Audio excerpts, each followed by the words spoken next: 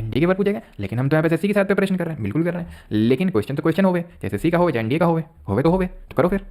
अब कुछ लोग ये होता है कि सर ये तो एनडीए का है, हमें थोड़ा मेजर, हमें सीधा मेजर थोड़ी ना बनना है, हमें तो इनकम टैक्स में ऑफिसर बनना है। अरे बन जाओ, बना देंगे, वही बना देंगे, पहले करो। सर आपका इन्वर्टर का वाटर लो है इसलिए। अरे नहीं यार बाबू, और हम कैसी बात कर रहे हो तुम्हें, तुमको सब लो लगता है। तुम्हें तो शुरू में पहले ये कमेंट कर रहे थे वॉइस लो है, अब बोल रहे हो कि वाटर लेवल लो है। कुछ तो लो है तुम्हें, मुझे लग रहा है वही पहले दिन से ऐसा बीप कर रहा है। ठीक है, वाटर लो होने का बीप से क्या लेना देना है, हर चीज़ में तुम लो करने लगते हो। गुरु जी इन्वर्टर को गोली मारो, डायरेक्ट कनेक्शन कर दो। अच्छा अच्छा अच्छा अच्छा अच्छा, डायरेक्ट कनेक्शन कर दो। Which of the following is refer to as the constitution as the date of its commencement. बताइए जल्दी से सर। हाँ ठीक है, अब इन्वर्टर तुम लोग छोड़ दो, क्वेश्चन करो। तो भाई date of commencement of constitution क्या थी? कुछ लोग ये मार रहे हैं 26 नवंबर 1949। समझिए, यहाँ पर पूछ रहा है कि लागू कब हुआ था, कब एक तरह से हमारा जो संविधान है लागू कब हुआ वो आपसे पूछ रहा है। अडॉप्ट कब किया वो नहीं पूछ रहा है, कब कमेंस होता है ये इसकी डेट पूछ रहा है। ठीक है, तो ध्यान रखना कि 26 जनवरी 1950 होगा date of commencement of constitution. समझे? अगला क्वेश्चन, अगला क्वेश्चन है यहाँ पर, and that is who among the following introduce the objective resolution in the constituent assembly on 13 December 1946। 1946 13 दिसंबर को किसने उद्देश्य प्रस्ताव रखा? तो उद्देश्य प्रस्ताव रखने का काम नेहरू जी ने किया था। कब अडॉप्ट किया था इसको? तो अडॉप्ट किया था 22 जनवरी 1947 को। ठीक, आगे बढ़ें। दो क्वेश्चन ये करिए, ये आई थिंक क्वेश्चन पूछा था सीडीएस में, और ये क्वेश्चन है सीएपीएफ का। दोनों ही यूपीएससी के पेपर हैं, एनडीए भी यूपीएससी लेता है।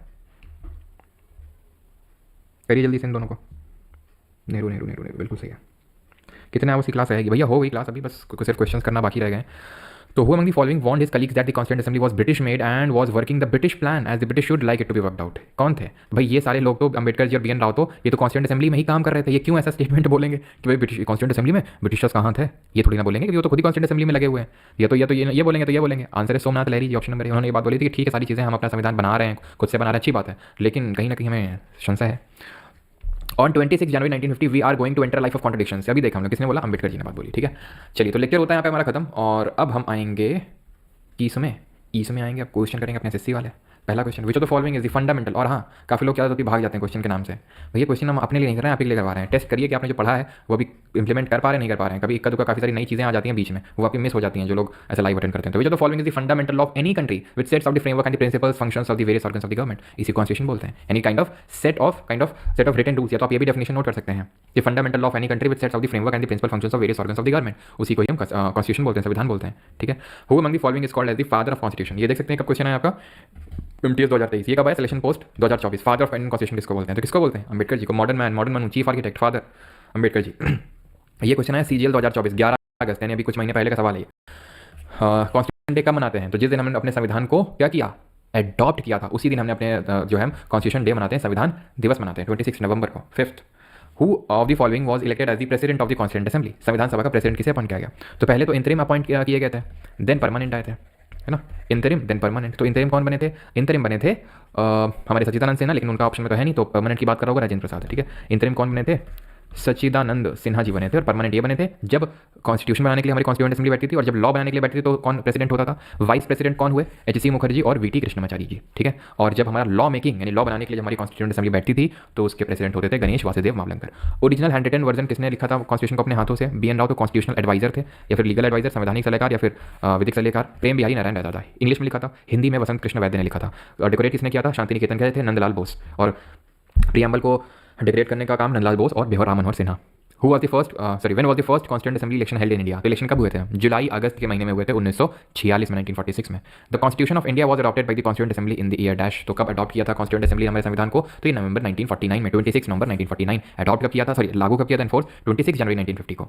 When the drafting committee publish it's the first draft of the constitution. पहला ड्राफ्ट कब प्रस्तुत किया था? पहले ड्राफ्ट की बात हो रही है यहाँ पर, तो ये था फरवरी 1948 को। क्या किया था? पहला ड्राफ्ट को पब्लिश किया था। ये चीज़ मैंने आपको बताई थी, पब्लिश की बात हो रही है। पब्लिश कब किया था? और प्रेजेंट कब किया था कॉन्स्टिट्यूएंट असेंबली के सामने? अक्टूबर में किया था। याद आ रहा है आपको? अक्टूबर में किया था, 4 अक्टूबर 1948 को। देन पहला डिस्कशन हुआ, ठीक है, फिर दूसरा तीसरा दिन हुआ था जो कि 26 नवंबर 1949 को खत्म होता है। ठीक है, जिस दिन साइन वाइन होते हैं 284 लोगों के। The constituent assembly of India was set up in which year? Constituent assembly संविधान सभा कब सेटअप हुई? तो और कुछ लोगों को ये डाउट तो नहीं आ रहा सर, पहली जब मीटिंग हुई थी कॉन्स्टिट्यूएंट असेंबली की तो 211 लोग थे, साइन फाइनली लोग कर रहे हैं 284। ऐसा कैसे हो गया? क्योंकि शुरू में प्रिंसली स्टेट वाले नॉमिनेट करके नहीं भेजे थे अपने यहाँ से, धीरे धीरे वो लोग सब लोग भेजना शुरू किए थे। ठीक है, तो टोटल 299 सीट बची थी मुस्लिम लीग को हटने के बाद, और उन 299 में 284 लोग थे जिन्होंने साइन किए थे, 15 फीमेल्स थी। The constituent assembly of India was setup in which year? किस साल कॉन्स्टिट्यूएंट असेंबली सेटअप हुई थी? तो सर विधानसभा सेटअप हुई थी 1946 में, option number C. Again SSC GD phase 12 दोनों में क्वेश्चन पूछा। बी एन राव क्या थे? सिंपल सा क्वेश्चन है, ठीक है, कोर में थे, ड्राफ्टिंग कमेटी के, और ये जेई में क्वेश्चन पूछा गया है, कॉन्स्टिट्यूशनल एडवाइजर थे। चलो 4 क्वेश्चन और करो फिर आपका होमवर्क होगा, ठीक है। हिंदी में स्टैटिक जीके बुक आएगा, हिंदी में सर बुक्स हैं, मैं बुक्स रिगार्डिंग बता दूंगा किसको लेनी है किसको नहीं लेनी है बुक। क्लास एंड होने के बाद कितने टाइम विजिबल होगा 15-20 मिनट के लिए। Who among the following personalities was the chief draftsman? Chief draftsman कौन थे? मुंशी जी किस कमेटी के हेड थे? Business order of business committee. Vasant Krishna Vaidya कौन थे? हिंदी में कैलीग्राफी करी थी, option number C. S N Mukherjee. The और ये कौन थे? HVR अयंगर, ध्यान रखना ये सेक्रेटरी थे, सेक्रेटरी थे टू कॉन्स्टिट्यूएंट असेंबली। इसको भी नोट कर लेना वहीं पे, नहीं तो वो मैं नोट्स में ऐड करवा दूंगा इस चीज़ को। The cabinet mission plan to India in dash to discuss the ultimate transfer of power, कब आया था ये? तो ये आया था 1946 में। 3 लोग थे, विल अलेक्जेंडर, स्टेफोर्ड क्रिप्स और पैथिक लॉरेंस। पैथिक लॉरेंस क्या थे? चेयरमैन थे। Who among the following was not a minister of cabinet mission plan? कौन नहीं था? अगेन वेवल नहीं थे। वेवल प्लान अलग से आया था 1945 में, इसको डिस्कस करने के लिए शिमला में कॉन्फ्रेंस बुलाई गई थी। Constitution of free India must be framed without outside interference by a constituent assembly elected on the basis of adult franchise. Who made this statement? एक मतलब एक adult franchise के बेसिस पे होना चाहिए, और ये सब हमने देखा था statement Jawaharlal Nehru. M N Roy के बारे में पढ़ा था 1934 में, सबसे पहले डिमांड रखी थी कॉन्स्टिट्यूंट असेंबली की। सरदार पटेल जो प्रोविंशियल कमेटी जिसको हेड कर रहे थे, और जो फंडामेंटल राइट की जो हमारी कमेटी थी उसको हेड कर रहे थे। महात्मा गांधी तो कॉन्स्टिट्यूंट असेंबली के पार्ट ही नहीं थे। Who among the following personalities was appointed as legal adviser? Again repeated question है, B N Rau. Not a political philosophy of the Indian constitution, ये जैसा 2023 में पूछा गया। इनमें से कौन सी पॉलिटिकल फिलोसफी नहीं है? Sensitive for the historical disadvantage group? Yes it was. जो हिस्टोरिकली डिसएडवांटेज ग्रुप्स थे मोस्टली हमारे जो डिप्रेस क्लासेस थे, दलित थे, उनके लिए सेंसिटिव था। सेंसिटिव का मतलब रिजर्वेशन जैसी चीज़ें थी। ओपन टू कंट्री वैल्यूज था। सेंसिटिव था रिलीजियस और लिंग्विस्टिक माइनॉरिटी को लेकर। लिंग्विस्टिक का मतलब होता है जो धर्म के आधार पर जो माइनॉरिटी होते हैं, अल्पसंख्यक होते हैं वो, ठीक है, धार्मिक अल्पसंख्यक। Non committed to building a common national identity? ऐसा तो बिल्कुल नहीं है कि वो कमिटेड नहीं थे, एक समान राष्ट्रीय पहचान के निर्माण के प्रति असंबंध तो नहीं थे, संबंध थे, ठीक है, तो ये गलत हो जाएगा आपका, ठीक है। कमिटेड थे एक नेशनल कॉमन यूनिटी के लिए। यहाँ पर इस तरह के जो सवाल होते हैं ना, ये आप पढ़ते नहीं हो कि मतलब ये आपको किसी किताब में मिल जाएंगे, फिर आपको टीचर पढ़ा देगा। ये आपको वहीं बना के आपकी थोड़ा सा कॉमन सेंस होना चाहिए कि भाई ऐसा नहीं कि तो हमने पढ़ाई नहीं तो टीचर ने पढ़ाई नहीं है। भाई खुद सोचो ना कि ये सारी चीज़ें पॉजिटिव लग रही हैं, ये नेगेटिव लग रही है। अगेन ऑड वन आउट करके भी आप निकाल सकते थे। Not mention in the constitution, इसको हटा दीजिए। वैसे उत्तर तो इसका सी ऑप्शन होगा, बट अभी इसको नहीं करेंगे, प्रियम्बल जब पढ़ेंगे तो आपको समझ में आ जाएगा। चलो एक दो क्वेश्चन और कर लो कमेटी वाले की, ये तो यार चीफ ड्राफ्ट्समैन बार बार कर चुके हैं, ये भी कर चुके हैं, ठीक है। All the dash countries likely to have constitution, तो जो जितनी भी हमारी डेमोक्रेटिक कंट्रीज होती हैं, लोकतांत्रिक देश होते हैं, वो क्या होते हैं? वहाँ पर आपको कॉन्स्टिट्यूशन देखने को मिलता है, ठीक है। ये वाला क्वेश्चन कर दो कौन सा सही है, ठीक है। 30th क्वेश्चन है आपका, बाकी आपके होमवर्क हो जाएंगे। देखिए अब काफ़ी लोग बुक का पूछ रहे थे, आउट ऑफ स्टॉक है, हाँ है पता है मुझे, ठीक है। वो होता ही है, प्री बुक ऑर्डर्स अवेलेबल हो जाते हैं, प्री बुक के लिए दे देते हैं, मतलब प्री बुकिंग कर सकते हैं आप लोग, तो प्री बुक में इतनी निकल जाती है कि फिर वो स्टॉक में आ ही नहीं पाती है। जितने लोग प्री बुक करके बैठे होते हैं उनको पहले भिजवाई जाती है। काफ़ी लोग पूछते हैं सर नोट्स की जरूरत किसको है? सर हम खुद से नोट्स बना रहे हैं, क्या नोट्स वाली बुक की जरूरत है हमें? अगर आप खुद से बना रहे हैं, आपको लग रहा है कि यार ठीक है कोई दिक्कत वाली बात नहीं है, तो ज़रूरत नहीं है आपको, क्योंकि वो तो at the end of the day जो हम बैच में पढ़ रहे हैं उसी चीज़ के नोट है, जो पिछले वाले बैच में नोट बने थे उसी के ही ये वो नोट्स हैं, ठीक है। अब कुछ चीज़ें इंप्रूवमेंट हम करते हैं, जैसे कि एक करेक्शन मैंने करवाया, ड्राफ्ट की जगह वहाँ सेशन लिखना है, तो वो आपके पास अगर बुक है या फिर अगर आप लेंगे तो वहाँ पे आपको करेक्शन करते चलना है, कुछ एड ऑन है तो वो करते चलना है। बाकी तो क्योंकि ज़्यादा चीज़ें सेम ही है तो वही आपको मिलेंगी, क्योंकि पिछले वाले बैच नोट है, क्योंकि वाला बैच तो भी चल ही रहा है, ठीक। तो अगर आप खुद से बनाना चाहते हैं, आपको लगता है कि मैं बना सकता हूँ, मेरे पास टाइम है, इनफ टाइम है, एम्पल टाइम है, तो आप खुद से भी बना सकते हैं, ऐसा कोई जोर जबरदस्ती नहीं है, सिंपल बात है, ठीक। The constituent assembly ratified India की मेंबरशिप, गलत है यार, गलत है, क्यों? 1949 में हमने मेंबरशिप रैटिफाई किया। Constituent assembly adopted national anthem, anthem को, सॉन्ग को हमने 24 जनवरी 1950 को अडॉप्ट किया, ठीक है। गुरु जी इंग्लिश के नोट्स लेट क्यों हो रहे हैं, आते हैं, क्योंकि भैया ऐसा नहीं फूक मारा नोट्स बन गया, नोट्स में क्या क्या करेक्शन करने हैं वो सारी चीज़ें देखनी पड़ती हैं, ठीक है। मतलब पॉलिटी कितनी क्लास लगेंगी, पॉलिटी की कितनी क्लास लगेंगी? अभी लगेंगी, मास तो पहली है। चलो तो ये चीज़ हो गया। Constituent assembly adopted national song in, ये भी गलत है, ठीक है। नेशनल एंथम और सॉन्ग दोनों 24 जनवरी 1950 को, उसी दिन ही हमने अपने राजेंद्र प्रसाद जी को पहला प्रेसिडेंट इलेक्ट किया था, और आखिरी सीटिंग थी वो। नेशनल फ्लैग को जुलाई 1947, 22 जुलाई 1947। फीमेल मेंबर 15 थी, ठीक है। आई थिंक और तो कोई क्वेश्चन यहाँ पे नहीं है, ये वाला कर लो। वो among the following became a part of the constituent assembly from Madras constituency, तो जैसे बंगाल से कौन थे? अंबेडकर जी थे, वैसे मद्रास से थे अम्मू स्वामीनाथन, ऑप्शन नंबर ए।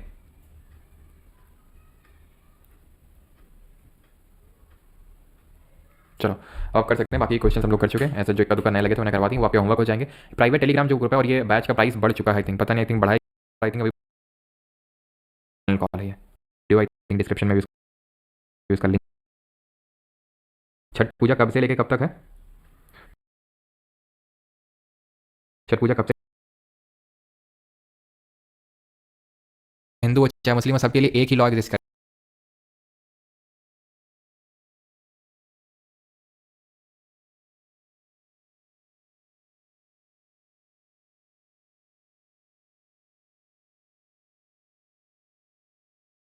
ठीक है। टोटल 11 लैंग्वेजेस हो जाएंगी, ठीक है। 6 पहले थी, 5 नई ऐड हुई हैं। क्वेश्चन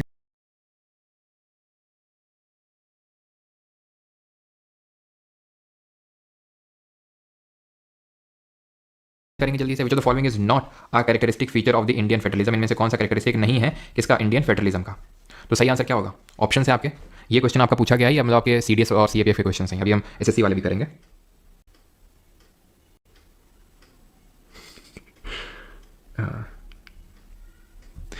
फारसी को भी ऑफिशियली किया नहीं गया है, ठीक है। तो not a characteristic feature of Indian federalism कौन सा नहीं है, federating units consented to form a union residuary power vest with the centre. अब ये रेजिडुअरी पावर क्या होता है, तो अभी हम लोगों ने यहाँ पे डिस्कस किया था union list, state list, concurrent list. मान लो कि कोई एक ऐसा सब्जेक्ट आ जाए जो इन तीनों ही लिस्ट में नहीं है, तो उसको हम बोलते हैं ऐसे सब्जेक्ट को रेजिडुअरी सब्जेक्ट या फिर रेजिडुअरी लिस्ट, ठीक है।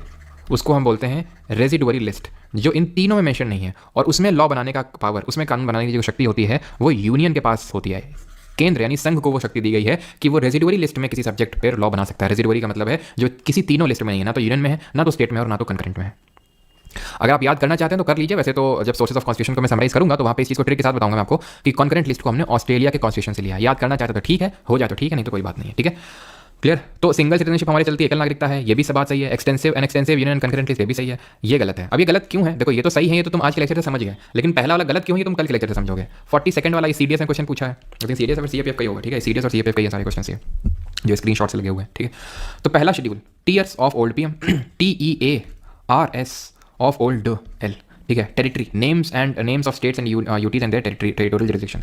Provision related to the administration of tribal areas, ये तो होगा नहीं, ये ट्राइबल एरिया से तो संबंधित आपका 5th शेड्यूल होगा, तो यानी कि ये आपका, अच्छा इतने पेयर सही मैच हैं, तो ये तो सही मैच होगा नहीं।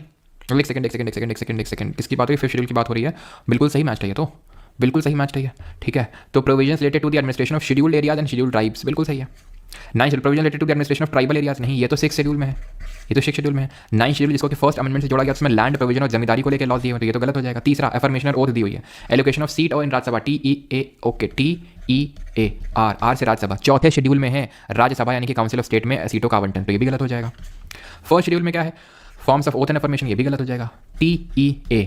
तीसरे वाले में है अफर्मेशन और ओथ, तो सिर्फ एक ही आपका सही मैच पे, option number first. Which of the following is not a feature of centralisation, इनमें से सेंट्रलाइजेशन का फीचर कौन नहीं है। Which of the following is और आर सोर्सेज, सोर्स और sources of law in India, कौन से सोर्सेज हैं लॉ के, ये आपसे क्वेश्चन पूछ रहा है, जल्दी से आंसर करिए।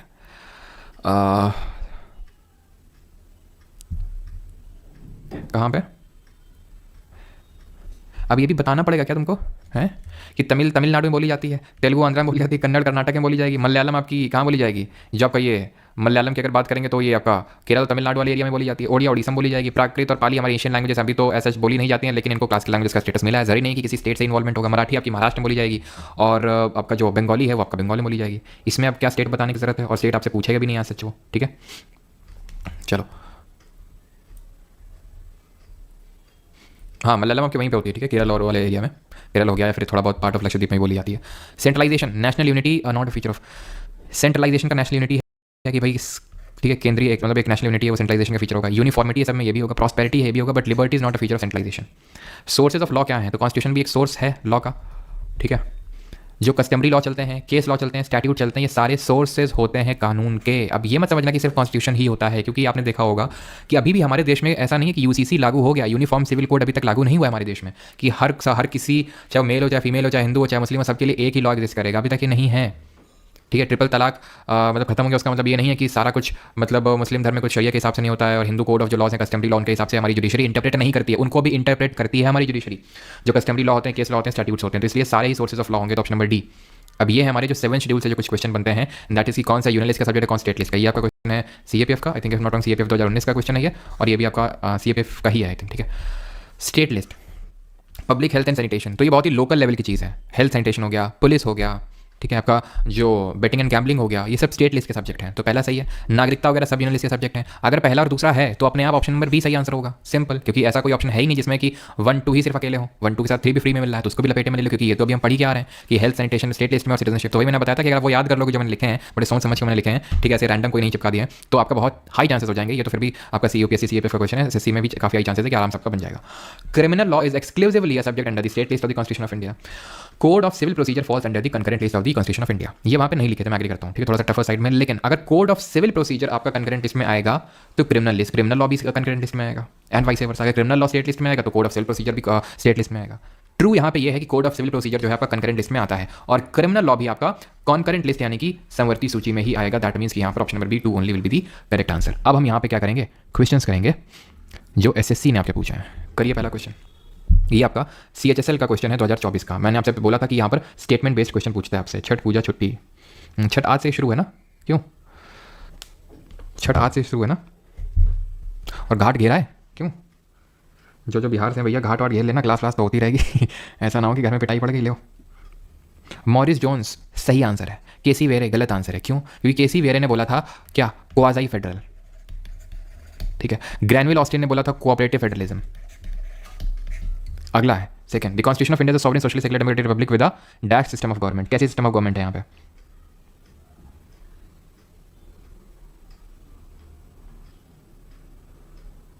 No Rajan Kumar, I do not. जी सर घेरा है, अच्छा हाँ घेर आना नहीं पता चला, लोग घर में घेर दिए गए, घेर के मारा कुटाई चल रही तो भाई। पार्लियामेंट्री फॉर्म ऑफ गवर्नमेंट हमने देखा था एक फीचर है। Federalism in the Indian constitution context means, federalism Indian context में क्या मतलब है? Existence of more than one level of government in the country, existence of only one level, existence of states in the country, existence of one nation. तो definition लिखी थी वहाँ पे मैंने, इसी दिन के लिए नहीं लिखी थी कि तुम गलत आंसर दोगे इसका। CHSL 2024 में क्वेश्चन पूछा गया। Option number A, which of the following is not a feature of constitution of India. इनमें से कौन सा भारतीय संविधान का फीचर नहीं है? Universal adult franchise, independent judiciary, dual citizenship, blend of rigidity and flexibility.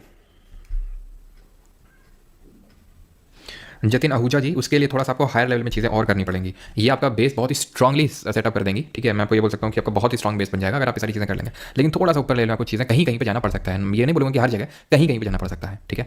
लेकिन आप पहले इनको करिए, फिर क्वेश्चन बनाइए उस पर्टिकुलर एग्जाम की जिसकी आप बात कर रहे हैं, फिर आपको ज़्यादा अच्छे से अंदाजा लगेगा, ठीक है। तो not a feature of constitution.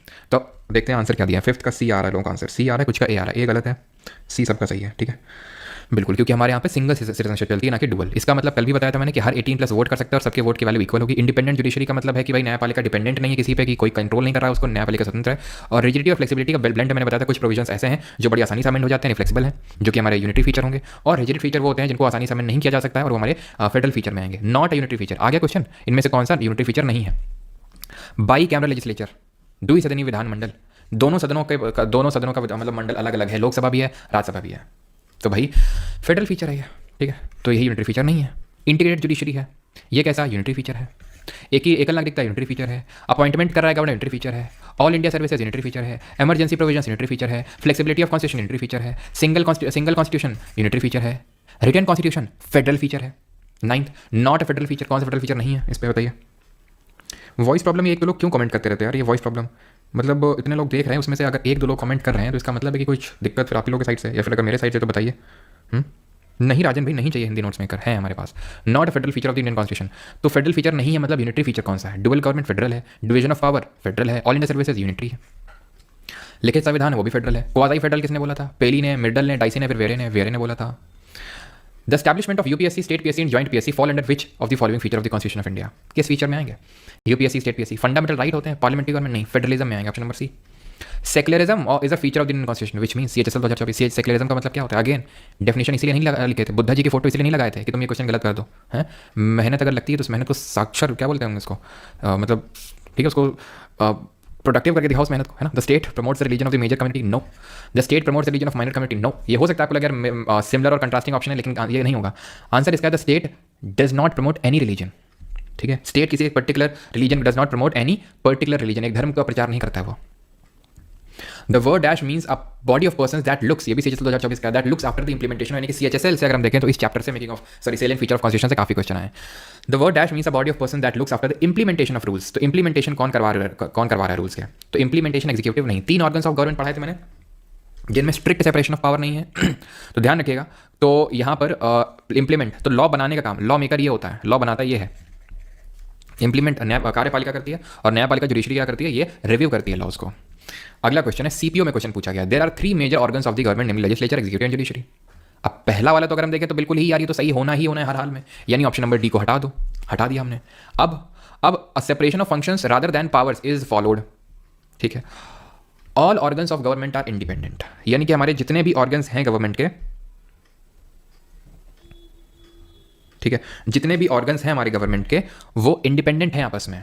सारे गवर्नमेंट इंडिपेंडेंट नहीं है, स्ट्रिक्ट सेपरेशन ऑफ पावर नहीं है इंडिया में। तो कैसा है? ऐसा है कि भाई कभी कभी judiciary strict separation of power नहीं है इंडिया में। तो कैसा है, ऐसा है कि भाई कभी कभी जुडिशरी एग्जीक्यूटिव लेजिस्लेचर के पाले में घुस जाता है, एग्जीक्यूटिव आंसरेबल होता है लेजिस्लेचर को। तो all organs of government are independent, no they are dependent. तो तीसरा वाला गलत हो जाएगा। आंसर क्या होगा? ऑप्शन नंबर ए, सीपीओ 2024 का क्वेश्चन है ये। 16, a dash government governs with the bound established by the constitutional law and citizenship rights.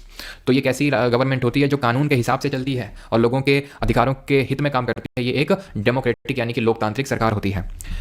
ठीक है, मोनार्की का मतलब होता है जिसमें कि एक बंदे का रूल होता है। जैसे कि जब हम इकोनॉमिक्स पढ़ेंगे तो वहाँ पढ़ेंगे मोनोपोली होती है हमारी। मोनोपोली का मतलब होता है सिर्फ एक बंदा जो है मार्केट को रेगुलेट कर रहा है। तो उसी तरह यहाँ पर क्या है, आपकी मोनार्की है। ठीक है, यहाँ पर क्या है, यहाँ पर भी एक शासक होता है, ठीक है, जिसको हम ऑटोक्रेट बोलते हैं। एब्सोल्यूट पावर, पूरी पावर उसी के पास होती है, यानी काइंड ऑफ डिक्टेटर होता है, उसी को हम बोलते हैं ऑटोक्रेसी। ठीक है, तो हम बोल सकते हैं कि ऑटोक्रेसी के सब टाइप्स हैं, मोनार्की और dictatorship. 17th, what is the term use to describe the ability of the constitution to adapt and grow over time to meet the changing needs of society. संविधान जो होता है उसकी ability to adapt and grow, यानी कि वो change करता रहता है खुद को टाइम के हिसाब से। तो उसको कॉन्स्टिट्यूशन की फ्लेक्सिबिलिटी बोलते हैं कि फ्लेक्सिबल है, वो मोड़ सकता है, वो चेंज हो सकता है चेंजिंग नीड के हिसाब से। दो क्वेश्चन और करते हैं। Not a federal feature, again not a federal feature, तो डुअल गवर्नमेंट जो हमारा फेडरल है, डिवीजन ऑफ फेडरल है, ये हमारा फेडरल नहीं है, आई थिंक रिपीटेड है। आर्टिकल 1 अभी हमने पढ़ा नहीं है। Article of the constitution with states India that is Bharat shall be union of state mentions which are the following features. तो वैसे आंसर तो होगा इसमें कोऑपरेटिव फेडरलिज्म, जो कि ग्रैनविल ऑस्टिन ने भी बोला था, लेकिन हम इसके बारे में कल पढ़ेंगे। और ये आखिरी क्वेश्चन आप कर सकते हैं। ठीक है, आपके लिए होमवर्क है 2-3 क्वेश्चन, बाकी यहाँ पे हमारा लेक्चर होता है खत्म। बाकी आपका बैच को पता है, आपकी जो क्लासेस है वो रिकॉर्डेड फॉर्म में चली जाती है। इसमें कंप्यूटर की भी क्लासेस आपको मिल जाएंगी बैच के अंदर ही। ठीक है, सारा कुछ है इसके अंदर, that is polity, geography, history, economics, science के तीनों subject, physics, chemistry, bio, environmental science भी इंक्लूडेड है, कंप्यूटर भी, सारा कुछ है सबके बैच में। ऑलराइट,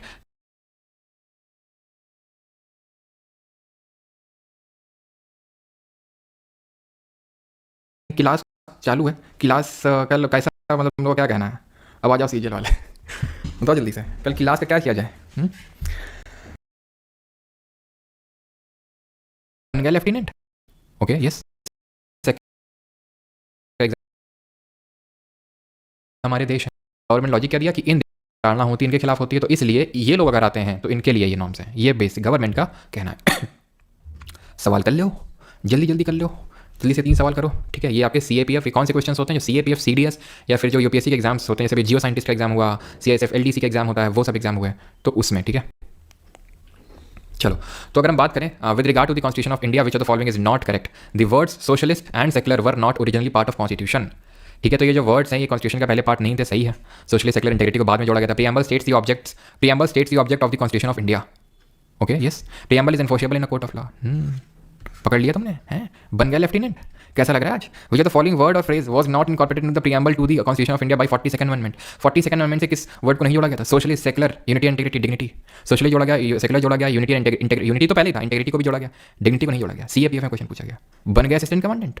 कैसा लग रहा है? 62, which the following terms was used for the state in the draft constitution presented by Ambedkar ji on 4 November 1948। कौन सा वर्ड उन्होंने यूज किया था? Union of state, federation of state, autonomous state, subsidiary state.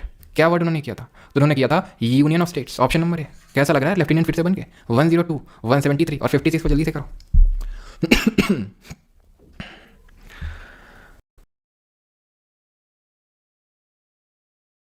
चलो भाई, तो through the 42nd amendment to the constitution of India, which of the following was or were inserted into the preamble?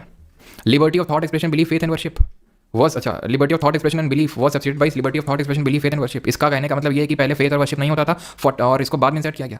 कैसी अपमानजनक बातें कर रहे हो? The expression unity of the nation was substituted to the union and integrity of the nation. Yes, option number B answer होगा। हमने सिर्फ 3 ही word को जोड़ा है और कोई अमेंडमेंट नहीं हुए थे 42nd अमेंडमेंट के अलावा। ठीक है, अगला क्वेश्चन। ठीक है, बॉल डांस के लिए पार्टनर ढूंढने जा रहे हैं। पार्टनर ढूंढा, बॉल डांस का काफ़ी वो क्रेज रहता है नहीं? चलो, with which of the following statements with regard to the preamble to the constitution of India is not correct? The term secular democratic republic was not there in the preamble originally. Not correct. Secular तो नहीं था, बिल्कुल नहीं था। The preamble contains the basic structure of the constitution. पढ़ाया नहीं तो मैं बेसिक स्ट्रक्चर क्या होता है, लेकिन ठीक है, ये सही है, अभी पढ़ाएंगे कल वाले लेक्चर में बेसिक स्ट्रक्चर कैसे नंदा भारती केस में निकल के आया था। By itself preamble is not enforceable in a court of law, भी पढ़े।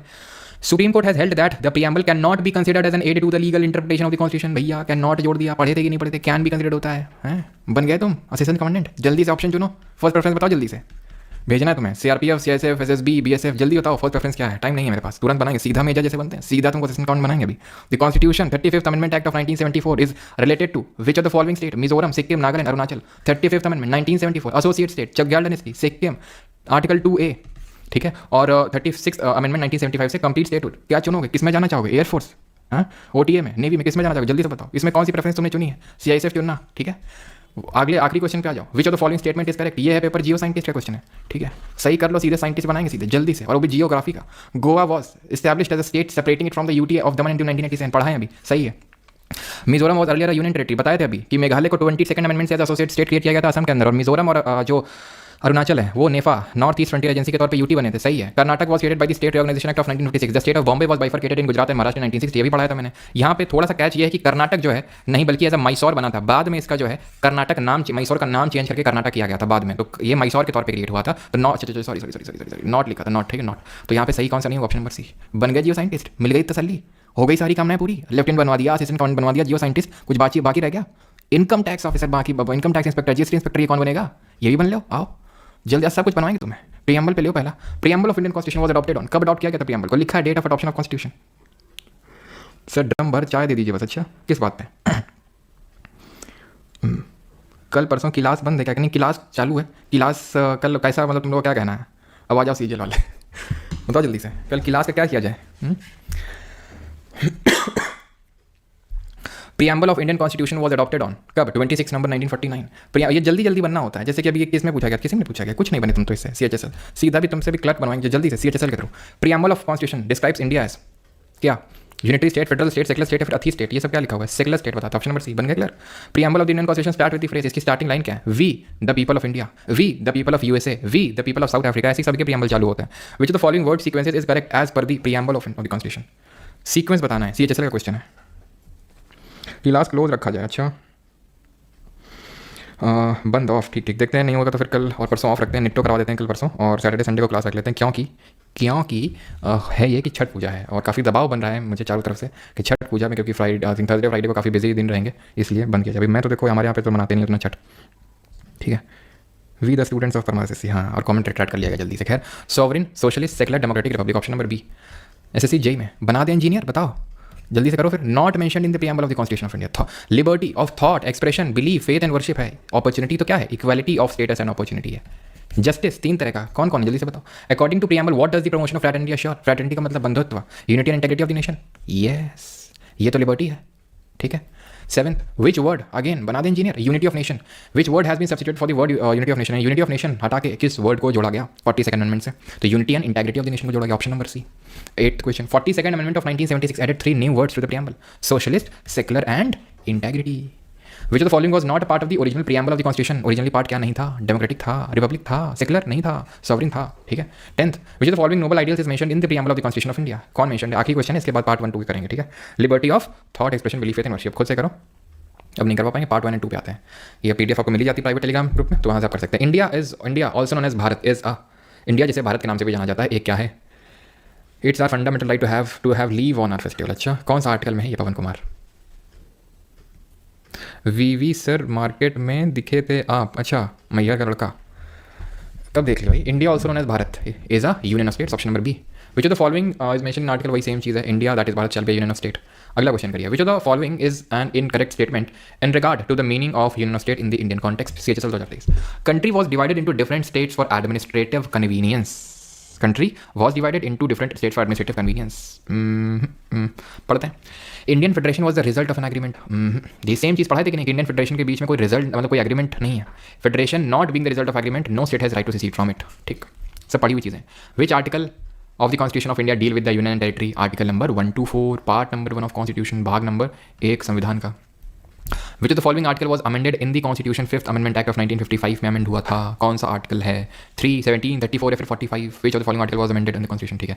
5th अमेंडमेंट याद करो, 1955 बताया थे। आर्टिकल 3, प्रेसिडेंट जो रिकमेंडेशन लेता है स्टेट से, तो स्टिपुलेटेड टाइम में देना होगा एडवाइस स्टेट लेजिस्लेचर को, इस चीज़ को ऐड किया गया था 5th अमेंडमेंट से। इसी बार के सीएचएसएल के पेपर में पूछा गया है, GD 2024। Which of the following part of the constitution, वही सेम है यार, बार बार रिपीट है, को नया देखते हैं, ठीक है। अगला है कि सिटीजनशिप से कौन डील करता है? सीजीएल 2023 और सीएचएसएल 2024। सिटीजनशिप से वही क्वेश्चन पूछता है, पार्ट कौन सा है, आर्टिकल कौन सा है, और कैसी सिटीजनशिप चलती है और कहाँ से लिए हैं। तो part 2 article 5 to 11 single citizenship और यूके से लिए हैं, और वो आर्टिकल 9, 10 याद करना होता है, 9, 10, 11 बस खत्म। डुअल सिटीजनशिप से आप क्या समझते हैं, जो यूएसए में चलती है? Citizenship of 2 state simultaneously with in 2 countries. Citizenship of a country along with that of a constituent state, मतलब देश की नागरिकता और जिस राज्य में रह रहे हैं उसकी नागरिकता, ये मतलब होता है डुअल नागरिकता का। In which year was citizenship act कब पास हुआ था? भैया सबको पता है, 1955। एक आखिरी क्वेश्चन कर लो, not a feature of the constitution of India, कौन सा फीचर नहीं है? तो भैया ये भी है, ये भी है, ये भी है, ये नहीं है। कैसा फीचर? ये कैसा फीचर? इंडिपेंडेंट जुडिशरी, ये एक फेडरल फीचर है। ये कैसा फीचर है? ब्लेंड ऑफ रिजिडिटी, तो रिजिडिटी वाला जो चीज़ है वो एक फेडरल फीचर है और एक यूनिटरी फीचर है, और इंडिया में सिंगल सिटीजनशिप चलती है, वो एक यूनिटरी फीचर है, ठीक है। भारत में सिटीजनशिप के पावर को कौन रेगुलेट करता है? Supreme court, governor, president, parliament. Article number 11 को याद करिए, ठीक है। और तो कुछ नहीं है, ये कर लो। Not a way to acquire citizenship, कौन सा एक तरीका नहीं है? ये भी है, ये भी है, ये भी है। रिनाउंसिएशन से तो अपनी सिटीजनशिप को लूज कर देते हैं, ठीक है। बाकी तो 4-5 क्वेश्चन आपके होमवर्क के लिए आप खुद से करेंगे, एंड यहाँ पे लेक्चर होता है हमारा खत्म। किसी कोई डाउट हो तो पूछ सकते हैं, और बाकी कल और परसों छुट्टी रखते हैं फिर, ठीक है। मेन कारण, सिर्फ कारण जो है वो छठ पूजा है। कल छुट्टी मेंस वालों की नहीं रहेगी, ठीक है। जो मेंस के लिए तैयारी कर रहे हैं तो उनका निट्टो मैं कल करवा दूंगा, निट्टो के लेक्चर ले लूँगा, ठीक है। क्योंकि फिर सैटरडे संडे को निट्टो नहीं हो पाएगा, तो कल निट्टो ले लूँगा 2 दिन, और सैटरडे संडे को हम लेक्चर रख लेंगे, सो दैट हमारे 5 दिन लेक्चर्स हो जाएंगे, ठीक। बात की नहीं, अब हमारे ज़्यादा इंपॉर्टेंट हैं।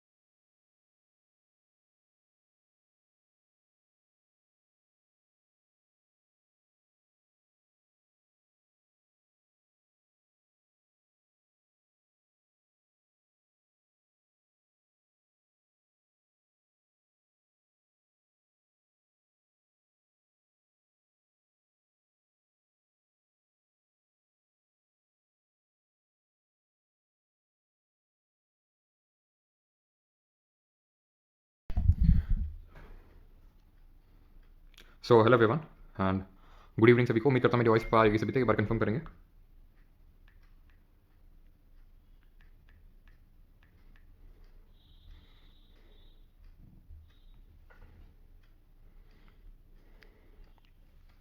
एक बार कंफर्म करेंगे सारी चीज़ें प्रॉपर हैं। तो आज हम लोग करने वाले हैं जो फंडामेंटल राइट्स हम लोगों ने टॉपिक किया था कल, उसके एमसीक्यूज बाकी रह गए थे। तो सबसे पहले तो जो ये सीडीएस, सीएपीएफ और इन सब में एग्जाम में जो क्वेश्चंस पूछे गए वो हम लोग करने वाले हैं, ठीक है। उसके बाद एसएससी वाले करेंगे। Okay, hello everyone, okay clear, okay ठीक है।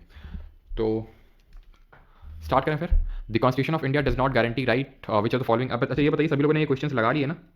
कोई ऐसा तो नहीं मतलब जिसने कोई ये सारे क्वेश्चन लगाए ना हो?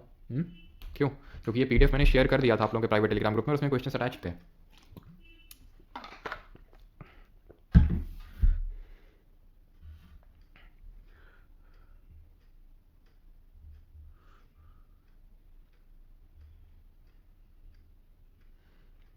एसएससी क्वेश्चन सर, अरे ये तो लगा ले हो, ना लगाना हो तो रुक जाओ, अपना आराम से मौज करो, जाके जो करना है करो, हैं। जब हो जाए भी 10 मिनट या 15 मिनट लगेगा तब आ जाना इसमें। अगर ये चुभ रहे हो तो कोई करने की जरूरत नहीं है। The constitution of India does not guarantee which are the following as a fundamental right. ठीक है, भारत के संविधान निम्नलिखित में से किस अधिकार को मौलिक अधिकार के रूप में गारंटी नहीं देता है? ये सही है सभी का। अभी तक आया नहीं, क्या नहीं है भाई? So please post SSC question also sir. Shruti बेटा, श्रुति क्या हो गया है, रो कह रही हो इतना? हाँ उत्तर से वही प्लीज़ पोस्ट। क्या एसएससी क्वेश्चन नहीं कराते? एसएससी क्वेश्चन मिलता नहीं है? एसएससी क्वेश्चन ही उसमें एप्लीकेशन में पड़े हुए हैं, मतलब हद है। बस कुछ तो कमेंट करना है। अब और तो कुछ डाउट भी नहीं है, कुछ भी नहीं है, क्लास तो अभी स्टार्ट करें, करें तो करें क्या? तो चलो यही करते हैं, एसएससी के भी क्वेश्चन करा देंगे, ठीक है, अगर ये काट रहे हो तो चले जाओ 15 मिनट के लिए, फिर आ जाना। The constitution of India does not guarantee right to property. Right to equality article number 14 से लेकर 18 तक। राइट अगेंस्ट एक्सप्लॉयटेशन है 23 24। राइट टू प्रॉपर्टी पहले था आर्टिकल नंबर 31 और article number 19 clause 1 sub clause F में, लेकिन हमें पता है कि इसको डिलीट कर दिया गया है। 44th कॉन्स्टिट्यूशनल अमेंडमेंट ऑफ 1978 1978 से इसको डिलीट मार दिया गया है। अभी कहाँ पे है? अभी पार्ट नंबर 12 में है, आर्टिकल नंबर 300A में है, और एक तरह का लीगल राइट है, विधिक अधिकार है। जरा कमेंट बताएंगे अगर हमारा लीगल राइट का हनन होता है तो कौन सा कोर्ट हम जा सकते हैं रेट इशू करवाने के लिए। Right to carry on any trade profession, और अगर बिजनेस तो ये 19 क्लॉज 1 और सब क्लॉज जी होगा, ध्यान रखना। विच of the following statements about personal liberty is not correct, इसमें से व्यक्तिगत स्वतंत्रता के बारे में कौन सा स्टेटमेंट सही नहीं है? अटेम्प्ट करिए जल्दी से इसको। पर्सनल ठीक है, पर्सनल लिबर्टी के बारे में यहाँ पे स्टेटमेंट्स हैं।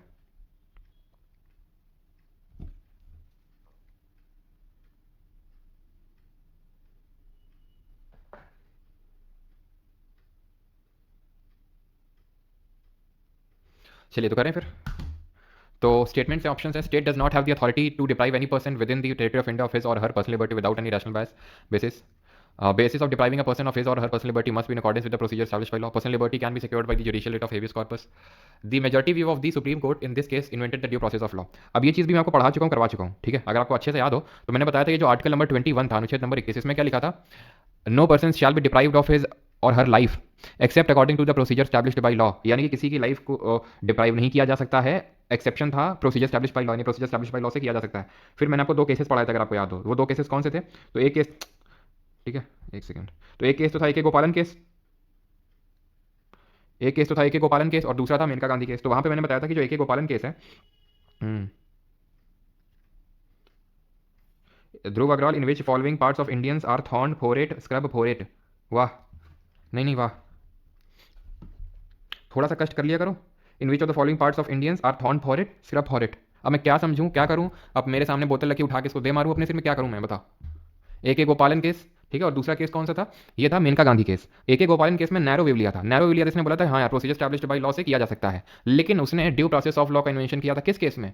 मेनका गांधी केस में, जिसमें उसने बोला था कि एक तो पहले ये पासपोर्ट जो एक्ट है तुम्हारा फर्जी है, ठीक है। ऐसा नहीं कि कुछ भी प्रोसीजर स्टैब्लिश्ड बाई लॉ तुम फॉलो करोगे, कुछ भी बना दोगे, हम उसकी ये भी चेक करेंगे कि भाई वो जस्ट है कि नहीं है, कैसा क्या है। अगर नहीं है तो नल एंड वॉइड कर देंगे साफ साफ। और ये बोला था कि right to move the abroad is a fundamental right, यानी कि विदेश जाना और वापस आना ये दोनों मौलिक अधिकार हैं, ठीक है। अगला क्वेश्चन है ये, which of the following fundamental rights has not been provided to a person, इनमें से कौन सा राइट मिला नहीं है पर्सन को? जी क्या याद नहीं रहता है, क्या करूँ समझ नहीं आता, बुक फ्लिपकार्ट अभी तक नहीं आया, 1 महीना। अच्छा सर अब एक टाइम टेबल का वीडियो बना दो प्लीज़। टाइम टेबल कैसा, सिर्फ वाली मतलब सारे सब्जेक्ट का या फिर जीके का, कैसा?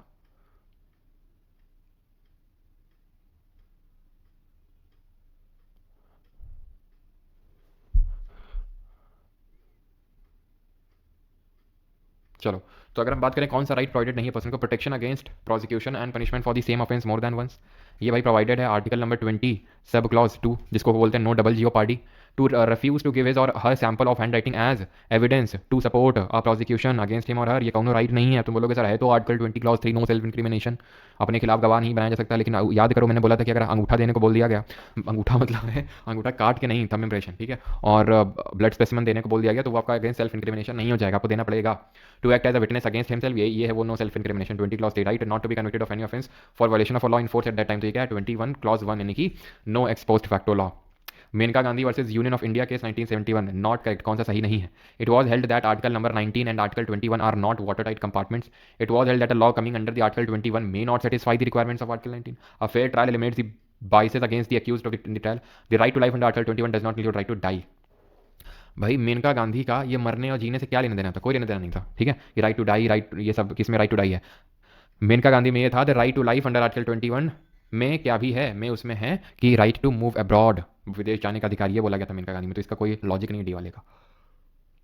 15th question, some rights contain in part 3 of the constitution of India are enforceable against the state only. कुछ राइट्स हैं, कुछ अधिकार हैं जो केवल राज्य के विरुद्ध ही लागू किए जा सकते हैं, एनफोर्सेबल अगेंस्ट स्टेट ओनली। अब स्टेट का मतलब आपको पता है, बताना है कि इस आर्टिकल में डिफाइंड है स्टेट। अब कुछ राइट हैं जो पार्ट 3 में सिर्फ स्टेट के अगेंस्ट एनफोर्सेबल है, आप स्टेट के अगेंस्ट ही जा सकते हैं, बिल्कुल है। कुछ राइट की बात हो रही है, कुछ कुछ कुछ कुछ कुछ ठीक है, are against the state only. जैसे कि मैं आपको बताता हूँ कौन सा कौन सा हम कर सकते हैं, मतलब बहुत सारे आप ढूंढ सकते हो यार। जैसे कि फॉर एग्जांपल मैं कल्चरल और एजुकेशन राइट लेता हूँ, ठीक है, या फिर राइट टू एजुकेशन लेता हूँ, आर्टिकल नंबर 21 अनुच्छेद नंबर 21 का प्राथमिक शिक्षा का अधिकार है। अब ये तो सरकार की रिस्पॉन्सिबिलिटी है ना कि प्राइमरी एजुकेशन देना। अब प्राइवेट जो है, जैसे मैं हूँ, मैं तुम्हारा वही है कि यहाँ पर स्टेट का ही रोल है, सिंपल है। जैसे माइनॉरिटी के राइट्स हो गए हमारे आर्टिकल नंबर 29 और 30 वाले हो गए, तो ये भी अगर हम देखें तो स्टेट के अगेंस्ट ही। सर मैं त्रिपुरा से हूँ, मैंने बुक ऑर्डर किया था, 4 दिन हो गए। कल्याण चकमा, कल्याण जी 4 दिन हो गए आपको। तो एक काम करिए, आप उसमें जहाँ से भी आपने ऑर्डर किया था उसमें एक बार अपना ट्रैकिंग का जो सिस्टम होता है उसको उसमें चेक कर लीजिए, उसमें तुरंत दिखा देगा कि अभी आपका जो किताब है वो कहाँ पर पहुँचेगा, क्योंकि त्रिपुरा थोड़ा सा दूर है तो हो सकता है टाइम लिया उसने। ठीक है सर, हम सर भाई वो सबको आ जाएगा, ठीक है। हाँ, ऐसा ऐसा नहीं है कि मतलब ख़त्म हो गया बुक और ये सारी चीज़ें, वो सब उसमें आ जाएगा आपका स्टॉक में, तो कर लीजिएगा, ठीक है। अभी क्वेश्चन कर लीजिए। हाँ ठीक, तो ये चीज़ ध्यान रखिएगा, तो ये सही हो जाएगा। Some right contain in part 3 of the constitution of India are enforceable in favour of citizens only. सिर्फ सिटीजन्स के, बिल्कुल। अगर हम देखें तो हमारे 15, 16, 19, 29, 30 कुछ याद आया, ये वो फंडामेंटल राइट्स हैं जो सिर्फ सिटीजन्स को प्रोवाइडेड हैं, तो ये भी सही होगा। ठीक है, some rights contain in part 3 of the constitution of India are enforceable against both the state and individual. Yes, बिल्कुल है। जैसे राइट हम बोल सकते हैं बहुत सारे राइट है, मतलब ये बोल रहा है कि स्टेट और इंडिविजुअल दोनों के खिलाफ। जैसे आर्टिकल 15 में बोल रहा हूँ, आर्टिकल 15 तो डिस्क्रिमिनेशन स्टेट भी कर सकता है, हो सकता है रिलीजन, रेस, कास्ट, सेक्स और प्लेस ऑफ बर्थ के बेसिस पे कर रहा हो, या हो सकता है जैसे 15 क्लॉज 1 है तो क्या है कि डिस्क्रिमिनेशन नहीं किया जा सकता है religion, race, caste, sex, place of birth के बेसिस पे, तो हो सकता है कि स्टेट कुछ ऐसा डिस्क्रिमिनेट करते, या फिर इंडिविजुअल भी तो कर सकता है। 15 क्लॉज 2 याद करो, उसमें क्या लिखा था कि जो पब्लिक प्लेसेस होते हैं जैसे रेस्टोरेंट, होटल, ठीक है, इन सब जगहों में, कुआं हो गया, वेल हो गया, इन सब जगहों में डिस्क्रिमिनेशन नहीं हो सकता है। तो बिल्कुल कुछ राइट होते हैं जो सरकार के खिलाफ भी हैं, कुछ जो है इंडिविजुअल के खिलाफ भी हैं। अब जैसे कि मैंने आर्टिकल 17 बोला था, अस्पृश्यता कौन बोलूँ, तो अनटचेबिलिटी वैसे तो स्टेट क्या ही प्रैक्टिस करेगा, इंडिविजुअल करता है। और ये चीज़ ध्यान रखिएगा कि कुछ राइट्स हमारे पॉजिटिव नेचर के होते हैं और कुछ राइट हमारे नेगेटिव नेचर के होते हैं, उनको पॉजिटिव राइट्स और नेगेटिव राइट्स बोलते हैं। पॉजिटिव राइट्स हैं जैसे कि state shall do this, negative का मतलब होता है state shall not do this, जैसे कि राइट अगेंस्ट एक्सप्लॉइटेशन, शोषण के विरुद्ध अधिकार, स्टेट शैल नॉट डिस्क्रिमिनेट। जो जहां नॉट नॉट होता है वो नेगेटिव राइट, जहां कुछ करने को बोला जाता है वो पॉजिटिव राइट होता है। इसमें से कौन सा केस है जो हेबियस कॉर्पस से डील करता है? State of UP versus Rajnarayan and others case. अब ये केस तो यार मैंने तुम्हें याद करो किसी और चीज में बताया था, राजनारायण वाला केस याद करो जल्दी से, मैंने कहाँ बताया था आपको? ये मेनका गांधी केस भी नहीं होगा, हेबियस कॉर्पस में तो पढ़ाया नहीं था आपको। बचे 2 केस, एलिमिनेशन लगाओ। आंसर एडीएम ऑफ जबलपुर, इसको ADM Jabalpur versus Shivkant Shukla case बोलते हैं। अब हेबियस कॉर्पस है क्या? हेबियस कॉर्पस का मतलब होता है to have the body of, to have the body of. इस हेबियस कॉर्पस का ये मतलब होता है लिटरल मीनिंग, जहां पर इस रेट को तब इशू किया जाता है जब किसी तरह का अनलॉफुल डिटेंशन हुआ हो, यानी कि लॉ के विरुद्ध अगर डिटेंशन हुआ, किसी को धरा गया है, तो इस पर्टिकुलर राइट का इस्तेमाल होता है। आर्टिकल को याद रखने की ट्रिक बताएं, हर चीज़ की ट्रिक नहीं होती प्रकाश, है ना, बार बार रिपीट करना होता है, और नहीं तो ट्रिक का ट्रिक बनाओगे फिर वो दिमाग खराब हो जाएगा आपको, क्योंकि स्टैटिक जीके में आपको बहुत ट्रिक पढ़नी पड़ेंगे। हर चीज़ की ट्रिक ट्रिक ट्रिक वो मत समझो कि टीचर ने ठेका ले रखा है हर काम आसान करके देगा, ठीक है, कुछ काम आसान नहीं हो सकते, कुछ काम आपको ही आसान करने बनाने पड़ते हैं, ठीक है। वो मैं ट्रिक बता दूंगा, भूल जाओगे 5 दिन बाद, इससे अच्छा है कि वही याद कर लो जो कॉन्टेंट है ना। To have the body of, तो आंसर ऑप्शन नंबर बी हो जाएगा, एडीएम जबलपुर। और इसका मतलब बताओ भैया, जो मैंने कुछ पूछा है तुमसे, ये राजनारायण केस कुछ पढ़ाए थे? हैं?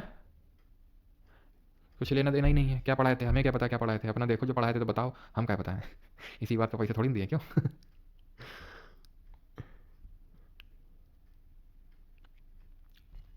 हाँ, कुछ लोगों ने बस लिखा है, सही है, that is right to information, ठीक है। किस आर्टिकल के तहत है? आर्टिकल नंबर 19, अनुच्छेद नंबर 19। चलो अगले क्वेश्चन पे आते हैं। Which of the following was eliminated by the 44th amendment. तो बहुत ही आसान सा क्वेश्चन है, दैट इज कि राइट टू प्रॉपर्टी को हटाया गया था 44th अमेंडमेंट से। Which of the following fundamental rights is और are available to non citizens. कौन सा इसमें सिटीजन्स को अवेलेबल है, फॉरनर्स को? ज्योग्राफी के 6 लेक्चर्स कंप्लीट किया, तो ज्योग्राफी के कंटिन्यू करूँ या पॉलिटी में स्विच करूँ? विकास भाई ज्योग्राफी कर लो कंटिन्यू, है ना। साहिल जी, राइट टू इंटरनेट नहीं है। गुस्सा मत होइए सर, कैलाश जी। अच्छा फिर सर मैंने ज्योग्राफी के, विकास भैया आगे कंप्लीट कर लो, 6 लेक्चर्स वहाँ करोगे फिर यहाँ करोगे तो फिर है ना उधर से उछल के यहाँ पे आ जाओगे। डैश इज मतलब कौन सा नॉन सिटीजन को अवेलेबल है, तो हमें करना क्या होता है, हमें एक मंत्र जो मैंने आपको सिखाया था 15, 16, 19, 29, 30, बस ये ध्यान में रखना होता है। ये वो राइट है जो सिर्फ सिटीजन को, ओनली टू सिटीजन मिले हुए हैं। इसके अलावा जितने हैं वो सिटीजन फॉरनर्स को सबको मिले हुए हैं। तो ये क्या है? ये 19 है। ये क्या है? नो सेल्फ इंक्रिमिनेशन 20, क्लॉज 3 है। फ्रीडम ऑफ कॉन्सियंस 19 है। Sorry, freedom of conscience, sorry sorry sorry, freedom of religion के तहत आता है ना ये आर्टिकल नंबर 25, याद है? फ्रीडम ऑफ कॉन्सियंस, यानी भगवान के साथ में किस तरह की श्रद्धा रखूँ, उनके साथ कैसा रिलेशन रखूँ। Non discrimination matters of employment, article 16। तो भाई ये सिर्फ सिटीजन का अवेलेबल है, ये सिर्फ सिटीजन का अवेलेबल है, बस 2 और 3 खत्म। क्या समझे? बस 15, 16, 19, 29, 30 नाम का जाप याद रखना है, खत्म हो जाएंगी चीज़ें। इक्वालिटी बिफोर द लॉ और equal protection of laws within the territory of India guaranteed by which of the following articles of the constitution. तो ये दोनों राइट हमारे किस अनुच्छेद के तहत आते हैं?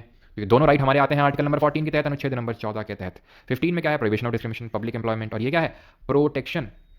क्या है? Protection against what? Arrest and detention. 2 तरह के डिटेंशन होते हैं, प्यूनिटिव होता है और प्रिवेंटिव होता है। फिर प्यूनिटिव में क्या होता है कि बताना पड़ता है मतलब क्या राइट क्या प्रोवाइडेड। प्यूनिटिव मतलब क्राइम कर दिए हो, प्रिवेंटिव मतलब किए नहीं हो, कर सकते हो, उस संशय में तुमको धरा गया। प्यूनिटिव केस में आपको मतलब ग्राउंड ऑफ अरेस्ट रीजन बताया जाएगा, यहाँ पर भी बताया जाएगा। लीगल प्रैक्टिशनर आपको दिया जाएगा कि आप खुद को रिप्रेजेंट कर सके, यहाँ दिया जाएगा। यहाँ 24 घंटे के अंदर मजिस्ट्रेट के सामने प्रस्तुत किया जाएगा। यहाँ आपका जो डिटेंशन है वो 3 महीने से ज़्यादा एक्सीड नहीं कर सकता है, और अगर करना है तो एक एडवाइजरी बोर्ड उस चीज़ को रिकमेंड करेगा जिसमें हाई कोर्ट के जजेस होंगे। The constitution of India guarantees freedom of speech and expression, okay, but the freedom is subject to certain reasonable restriction. ये किस आर्टिकल में बताएंगे reasonable restriction impose by the state. These restrictions में relate to which of the following. अब ये reasonable restriction क्या हो सकता है जो आर्टिकल नंबर 19 क्लॉज 2 में है, तो आर्टिकल नंबर 19 क्लॉज 1 में क्या है, तो इसमें है सामरो। सामरो क्या होता है? Speech and expression, assemble peacefully without arms, right to form association, right to move free through the territory of India, right to reside and settle any part of India, right to do any occupation और profession. अब इसमें reasonable restriction क्या थे कि speech तो है, expression कुछ भी बोल सकते हो, लेकिन ऐसा नहीं कि अनडिसेंट कुछ भी बोल रहे हो, कुछ भी बक रहे हो, डिफेम नहीं कर सकते हो किसी को। डिसेंसी और मोरालिटी, पब्लिक ऑर्डर हो गया, इंसाइटमेंट टू ऑफेंस हो गया, सब है mention. Option number D 19 clause 1 of the constitution of India as it stands amended includes which of the following. तो ये एज इट स्टैंड्स अमेंडेड का मतलब क्या है? अब 19 क्लॉज 1 में भाई 2 बार अमेंडमेंट हो चुके हैं।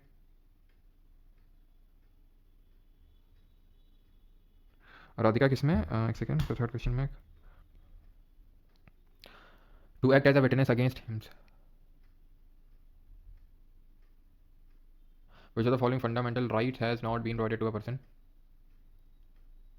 तो ये फंडामेंटल राइट है ना, to act as a witness, right है not to be convicted of, right to protection against prosecution and punishment, to act as a witness against, kind of right है ना ये। 20 क्लॉज 3 में मिला हुआ है। मैं आपकी भाषा मतलब समझ नहीं पाया। जैसे बी वाला इसलिए नहीं है क्योंकि आपको हैंड राइटिंग वगैरह मैच करने के लिए वो सब एविडेंस के तौर पे देना पड़ सकता है, आप उसको लेकर रिफ्यूज़ नहीं कर सकते हैं, ठीक है। इंग्लिश पीडीएफ नहीं है अक्षय विजय चौहान, अभी मिल जाएगी आपको, इंग्लिश पीडीएफ अगर नहीं है तो मिल जाएगी ना।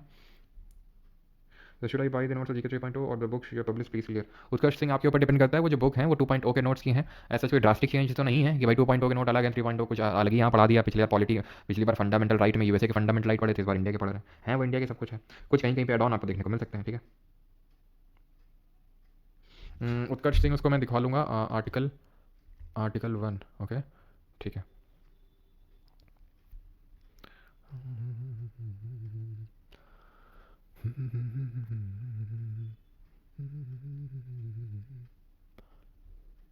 चलो भाई, तो एज स्टैंड्स अमेंडेड का मतलब क्या है? 19 क्लॉज 1 अमेंडेड। तो भैया अमेंडेड का मतलब ये है कि अमेंडमेंट 2 हो चुके हैं। एक तो 44 जो अमेंडमेंट हुआ था उससे 19 क्लॉज 1 और जो सब क्लॉज एफ है उसको डिलीट किया गया था, राइट टू प्रॉपर्टी, और क्या किया article number 19 clause 1 sub clause C, अगर याद हो सामरो में क्या है, इसमें क्या है, राइट टू फॉर्म एसोसिएशन। तो इसमें एसोसिएशन में कोऑपरेटिव सोसाइटी को ऐड किया गया था। किस अमेंडमेंट से किया गया था कोई बताएगा? पहले ओरिजिनली कंटेंट नहीं था कोऑपरेटिव सोसाइटी, तो freedom of speech and expression था, ठीक है पीसफुली विदाउट आर्म्स, ये नहीं है, 3 नहीं है, 3 नहीं है, हटाओ इसको, ठीक है हटाओ।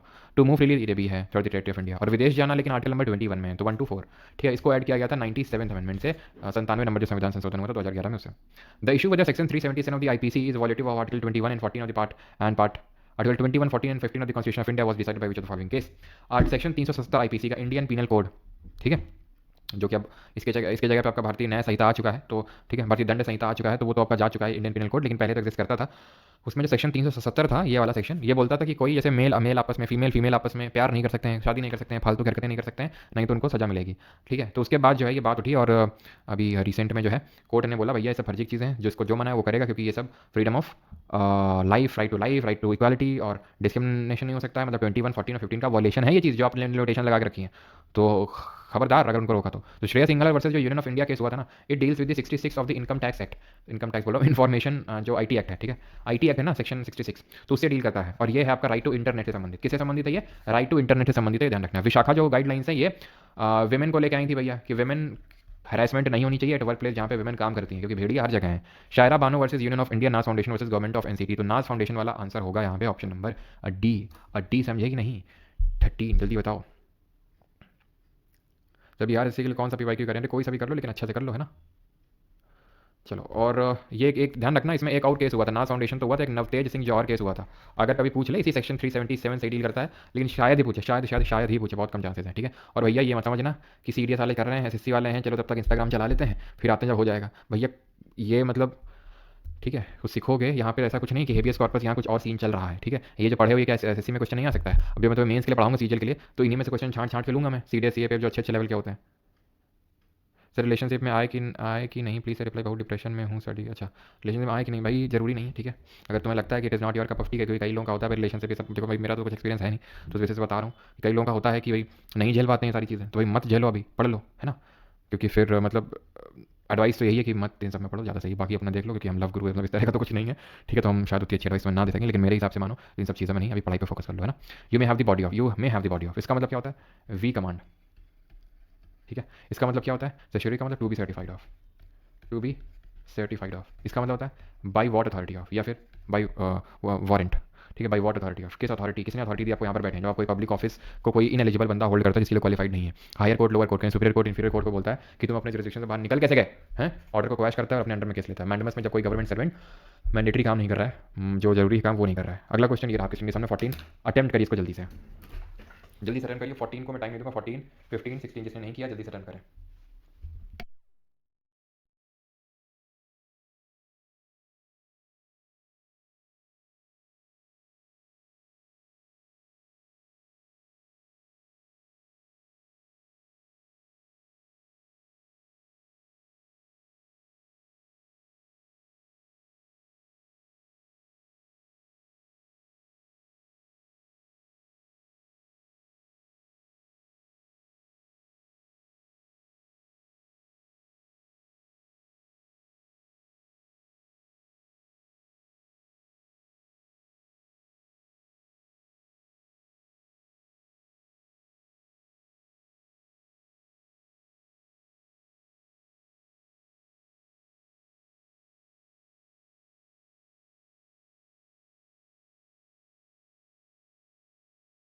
चलिए भाई, तो 16 क्या बोल रहा है, सॉल्व कर लो हमको। Which of the following conditions is और are necessary for the issue of a writ of सर्चरी।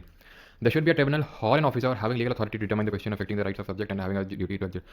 Yes, tribunal या फिर कोई ऐसा छोटा कोर्ट होना तो चाहिए हड़काने के लिए, किसके लिए, ऊपर सुपीरियर कोर्ट के लिए। सच ट्रिब्यूनल और officer has acted without jurisdiction, बिना जुरिस्डिक्शन के एक्ट कर लिया है, उसके ऑर्डर को क्वैश करके उसका ले लेंगे अपने अंडर में। By which amendment article 21A added right to primary education, 86 amendment of 2002, ठीक।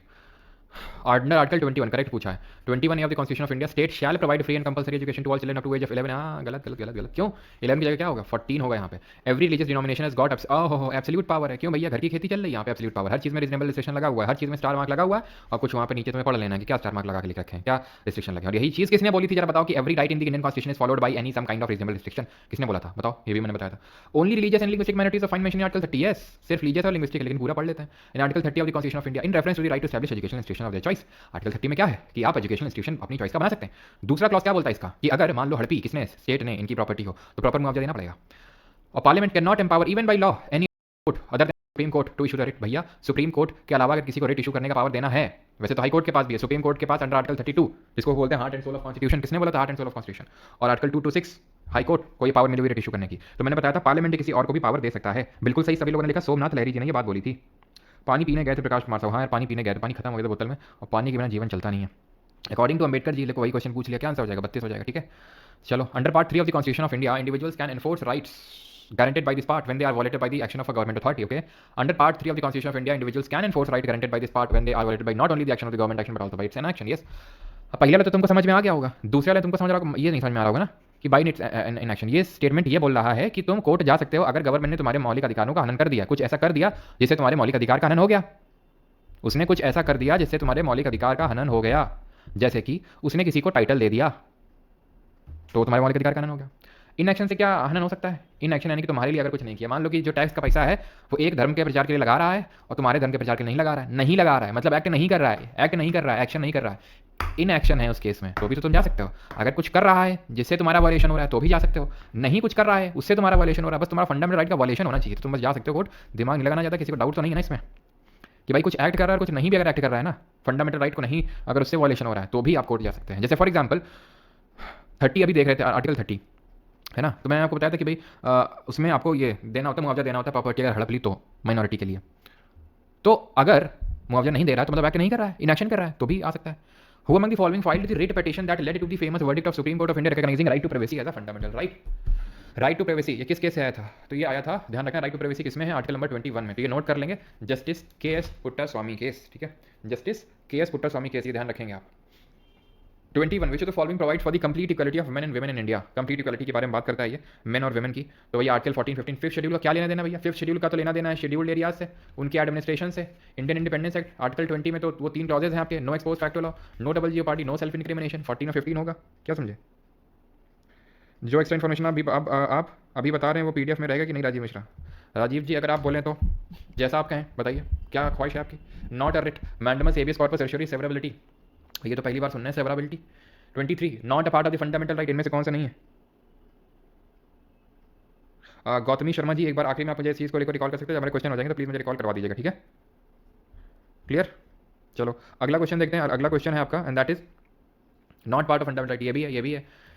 Right to be conferred with title, ऐसा कोई आपका अधिकार नहीं है कि आपको टाइटल मिलेगा ही मिलेगा, ठीक है? ये एबॉलिशन ऑफ टाइटल है ना कि right to be conferred title है।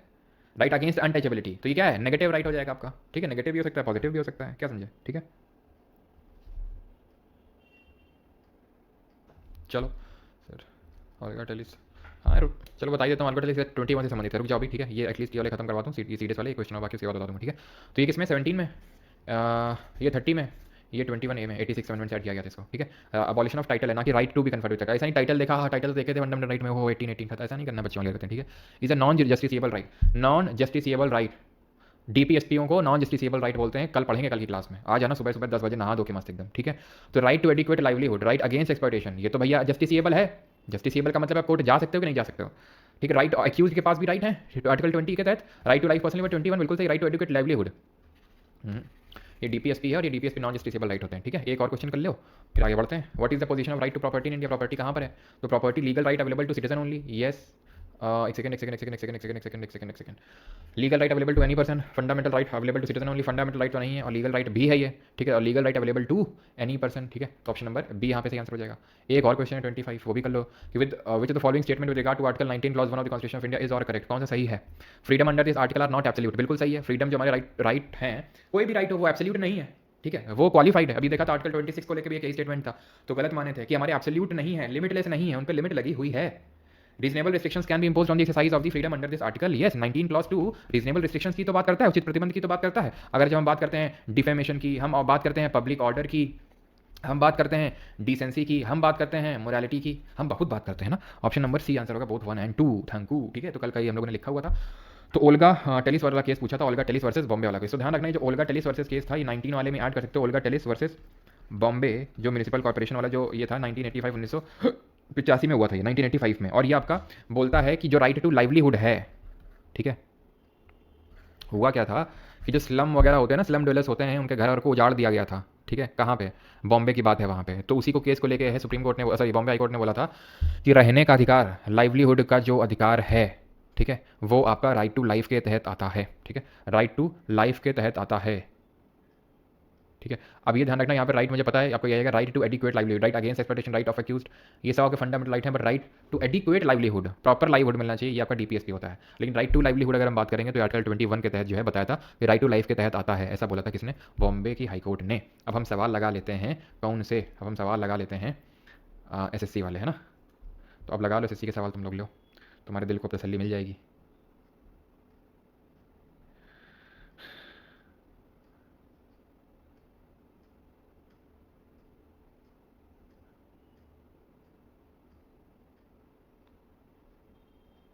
चलो, तो the concept of limited government is a major advancement to the protection of the dash, ठीक है, दिस सिटीजन्स। तो लिमिटेड गवर्नमेंट का मतलब क्या होता है?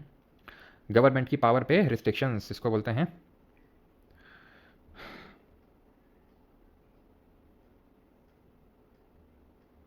चलो, तो उसको बोलते हैं लिमिटेशंस। तो the concept of limited government is a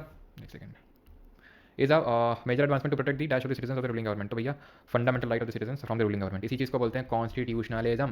constitutionalism क्या होता है? जब कॉन्स्टिट्यूशन जो है गवर्नमेंट के हाथों को बांध देती है कि बेटा औकात में रहो, लोगों की राइट्स की चिंता करो, फिक्र करो, उनके राइट्स को छीनो नहीं। Constitution limit the power of government in many ways. That is called as constitutionalism in a nutshell. The most common way of limiting the power of the government is to specify the certain dash that certain fundamental rights that all of us possess as citizens and which no government can be allowed to violate. Option number A, fundamental right. क्या समझे? Fundamental right किस part में है? किस part में है? जैसे CGD 2024 basic से क्वेश्चन है, किस आर्टिकल से किस आर्टिकल में? 12 से लेकर 35 में। 12 में स्टेट को डिफाइन किया गया। 13 में क्या लिखा हुआ है? 13 में लिखा हुआ है कि किसी ने भी, चाहे पार्लियामेंट हो चाहे स्टेट लेजिस्लेचर हो, अगर कोई लॉ बना के इस तरह से अगर किसी का राइट को छीना तो उसको नाली में डाल देंगे, यानी उसको नल एंड वर्ड डिक्लेयर कर देंगे उस लॉ को। यह है आर्टिकल 13, ठीक है? उसके बाद हमारे शुरू होते हैं क्या? फंडामेंटल राइट 14 से। From which of the following constitution is the idea of the charter of the fundamental rights adopted in the Indian constitution? From which of the following constitutions is the idea of charter of fundamental rights adopted in the Indian constitution? जल्दी से बताइए। ये आपका CPO में question पूछा गया USA से, ठीक है। तो आईडी हमने कहाँ से लिया, ये हमने यूएसए से कॉन्सेप्ट लिया फंडामेंटल राइट का, ठीक है। यहाँ पे इनको बिल ऑफ राइट्स के नाम से जाना जाता है। How many fundamental rights were initially provided in the constitution of India, Bharat के संविधान में प्रारंभ में कितने मौलिक अधिकार प्रदान किए गए थे? तो ये प्रदान किए गए थे 7, अभी कितने हैं? 6। कौन सा हटाया गया है जल्दी से बताइए, अभी इतनी देर से डिस्कस कर रहे थे। अच्छा, the following article of the constitution of India are related to the fundamental right, कौन सा फंडामेंटल राइट से रिलेटेड है आपका? तो 12 से 35, CHSL 2024, GD 2024। Article 12 of the constitution किसको डिफाइन करता है? डिफाइन करता है स्टेट को। ऑप्शन नंबर सी, कौन आता है? सबको आता है। कौन आता है? पार्लियामेंट आता है, स्टेट लेजिस्लेचर आता है, स्टेट सेंट्रल गवर्नमेंट आती है, स्टेट गवर्नमेंट आती है, सबको ही आता है, कोई बाकी नहीं है स्टेट में, ठीक है। चलिए, तो यहाँ पे सही आंसर क्या होगा? सही आंसर हो जाएगा क्या?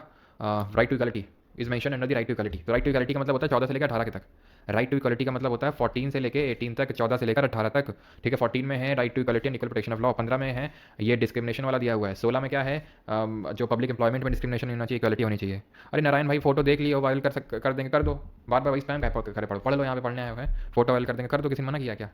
15-16 बार बार वही फोटो कर देंगे। अभी हम तुमको क्या लगता है, डर क्यों? नहीं नहीं नारायण भाई मत करना मुझसे, कुछ पैसा ले लो लेकिन पढ़ लो, ठीक है। राइट टू एजुकेशन 21 है, ये राइट टू फ्रीडम में आता है, ठीक है। अबॉलिशन ऑफ टाइटल इसका सही आंसर होगा, ठीक है, जो 18 में है। पर्सनल लिबर्टी ये 21 में है, राइट टू फ्रीडम में आता है। मैनेज रिलीजियस अफेयर्स 26 में आता है, ठीक है। 9th, right to freedom includes the right to practice any profession occupation trade और बिजनेस ऑफ द कॉन्स्टिट्यूशन। ये किस में आता है? आपका आर्टिकल 19 क्लॉज 1 सब क्लॉज जी में आता है, ठीक है।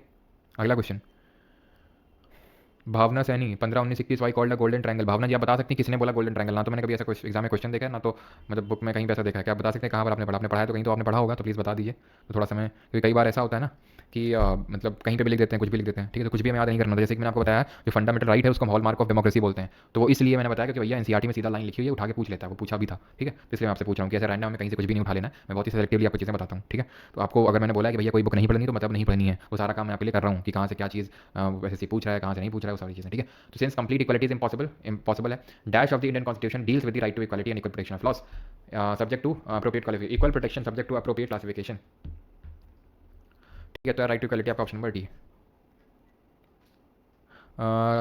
डायरेक्ट कॉन्टैक्ट का तो नहीं है ऐसा। रोशनी, शिवम, सुजीत सबका सही आंसर है, ठीक है। अगला, abolition of article 21 education right to privacy right to move abroad. क्या प्रकाश कुमार साहू थोड़ा सा कष्ट करके जो दिल विल बना रहे हो, दिल की जगह कुछ थोड़ा सा और एक्सप्लेन करके लिख दो, मैं किसी क्या समझूँ? आर्टिकल 21 लिखे हो, फिर लिखे हो एजुकेशन, फिर लिखे राइट टू प्राइवेसी, फिर लिखे राइट टू मूव अब्रॉड। अब हमें ये नहीं समझ में आ रहा कि तुम हमें बता रहे हो, हमसे पूछ रहे हो, क्या आप तुम प्रदर्शित करने की कोशिश कर रहे हो? दिल बना रखे हो। अब भाई दिल का यहाँ पे क्या मतलब है? दिल का क्या मतलब है? यहाँ पे कोई ला वाली बातें चल रही हैं क्यों? वॉल्यूशन ऑफ टाइटल्स की अगर बात करें तो आर्टिकल नंबर 18 24 क्या है कि यहाँ पे बच्चों को मजदूरी नहीं करवाई जा सकती, हजार्डस वर्क नहीं लगाया जा सकता है। एज क्या मेंशन है यहाँ पे? 13 में एनी लॉ अगर वो वॉलेट करता है फंडामेंटल राइट को तो shall be declared null and void. 23 में आपको पता है बेगारी जो होती है, ह्यूमन ट्रैफिकिंग है, वो प्रोहिबिटेड है, ठीक है। बेगारी का मतलब होता है बंधुआ मजदूरी, काम करवाना, पैसे ना देना। और अगर बात करेंगे तो यहाँ पे है ह्यूमन ट्रैफिकिंग भी, ठीक है। Human trafficking article 1 union of states होगा, बट क्विज में क्वेश्चन। एक सेकंड अर्चित गौर, एक सेकंड ओके अर्चित। पता है कई बार क्या होता है कि और उसको चेक करते हैं हम लोग, ठीक है, लेकिन शायद उसमें इधर उधर आंसर हो जाते हैं अपने आप। सॉरी सर 14, 19, 20 तो भावना जी सॉरी बोलने की जरूरत नहीं है, आप ये बताओ कहाँ पे पढ़ा, मैं आपसे पूछ रहा हूँ। We love you sir, Lovelesh, we love you too Lovelesh ji, ठीक है। चलो आगे करें चीज़ें। तो 18 वाला, ठीक है।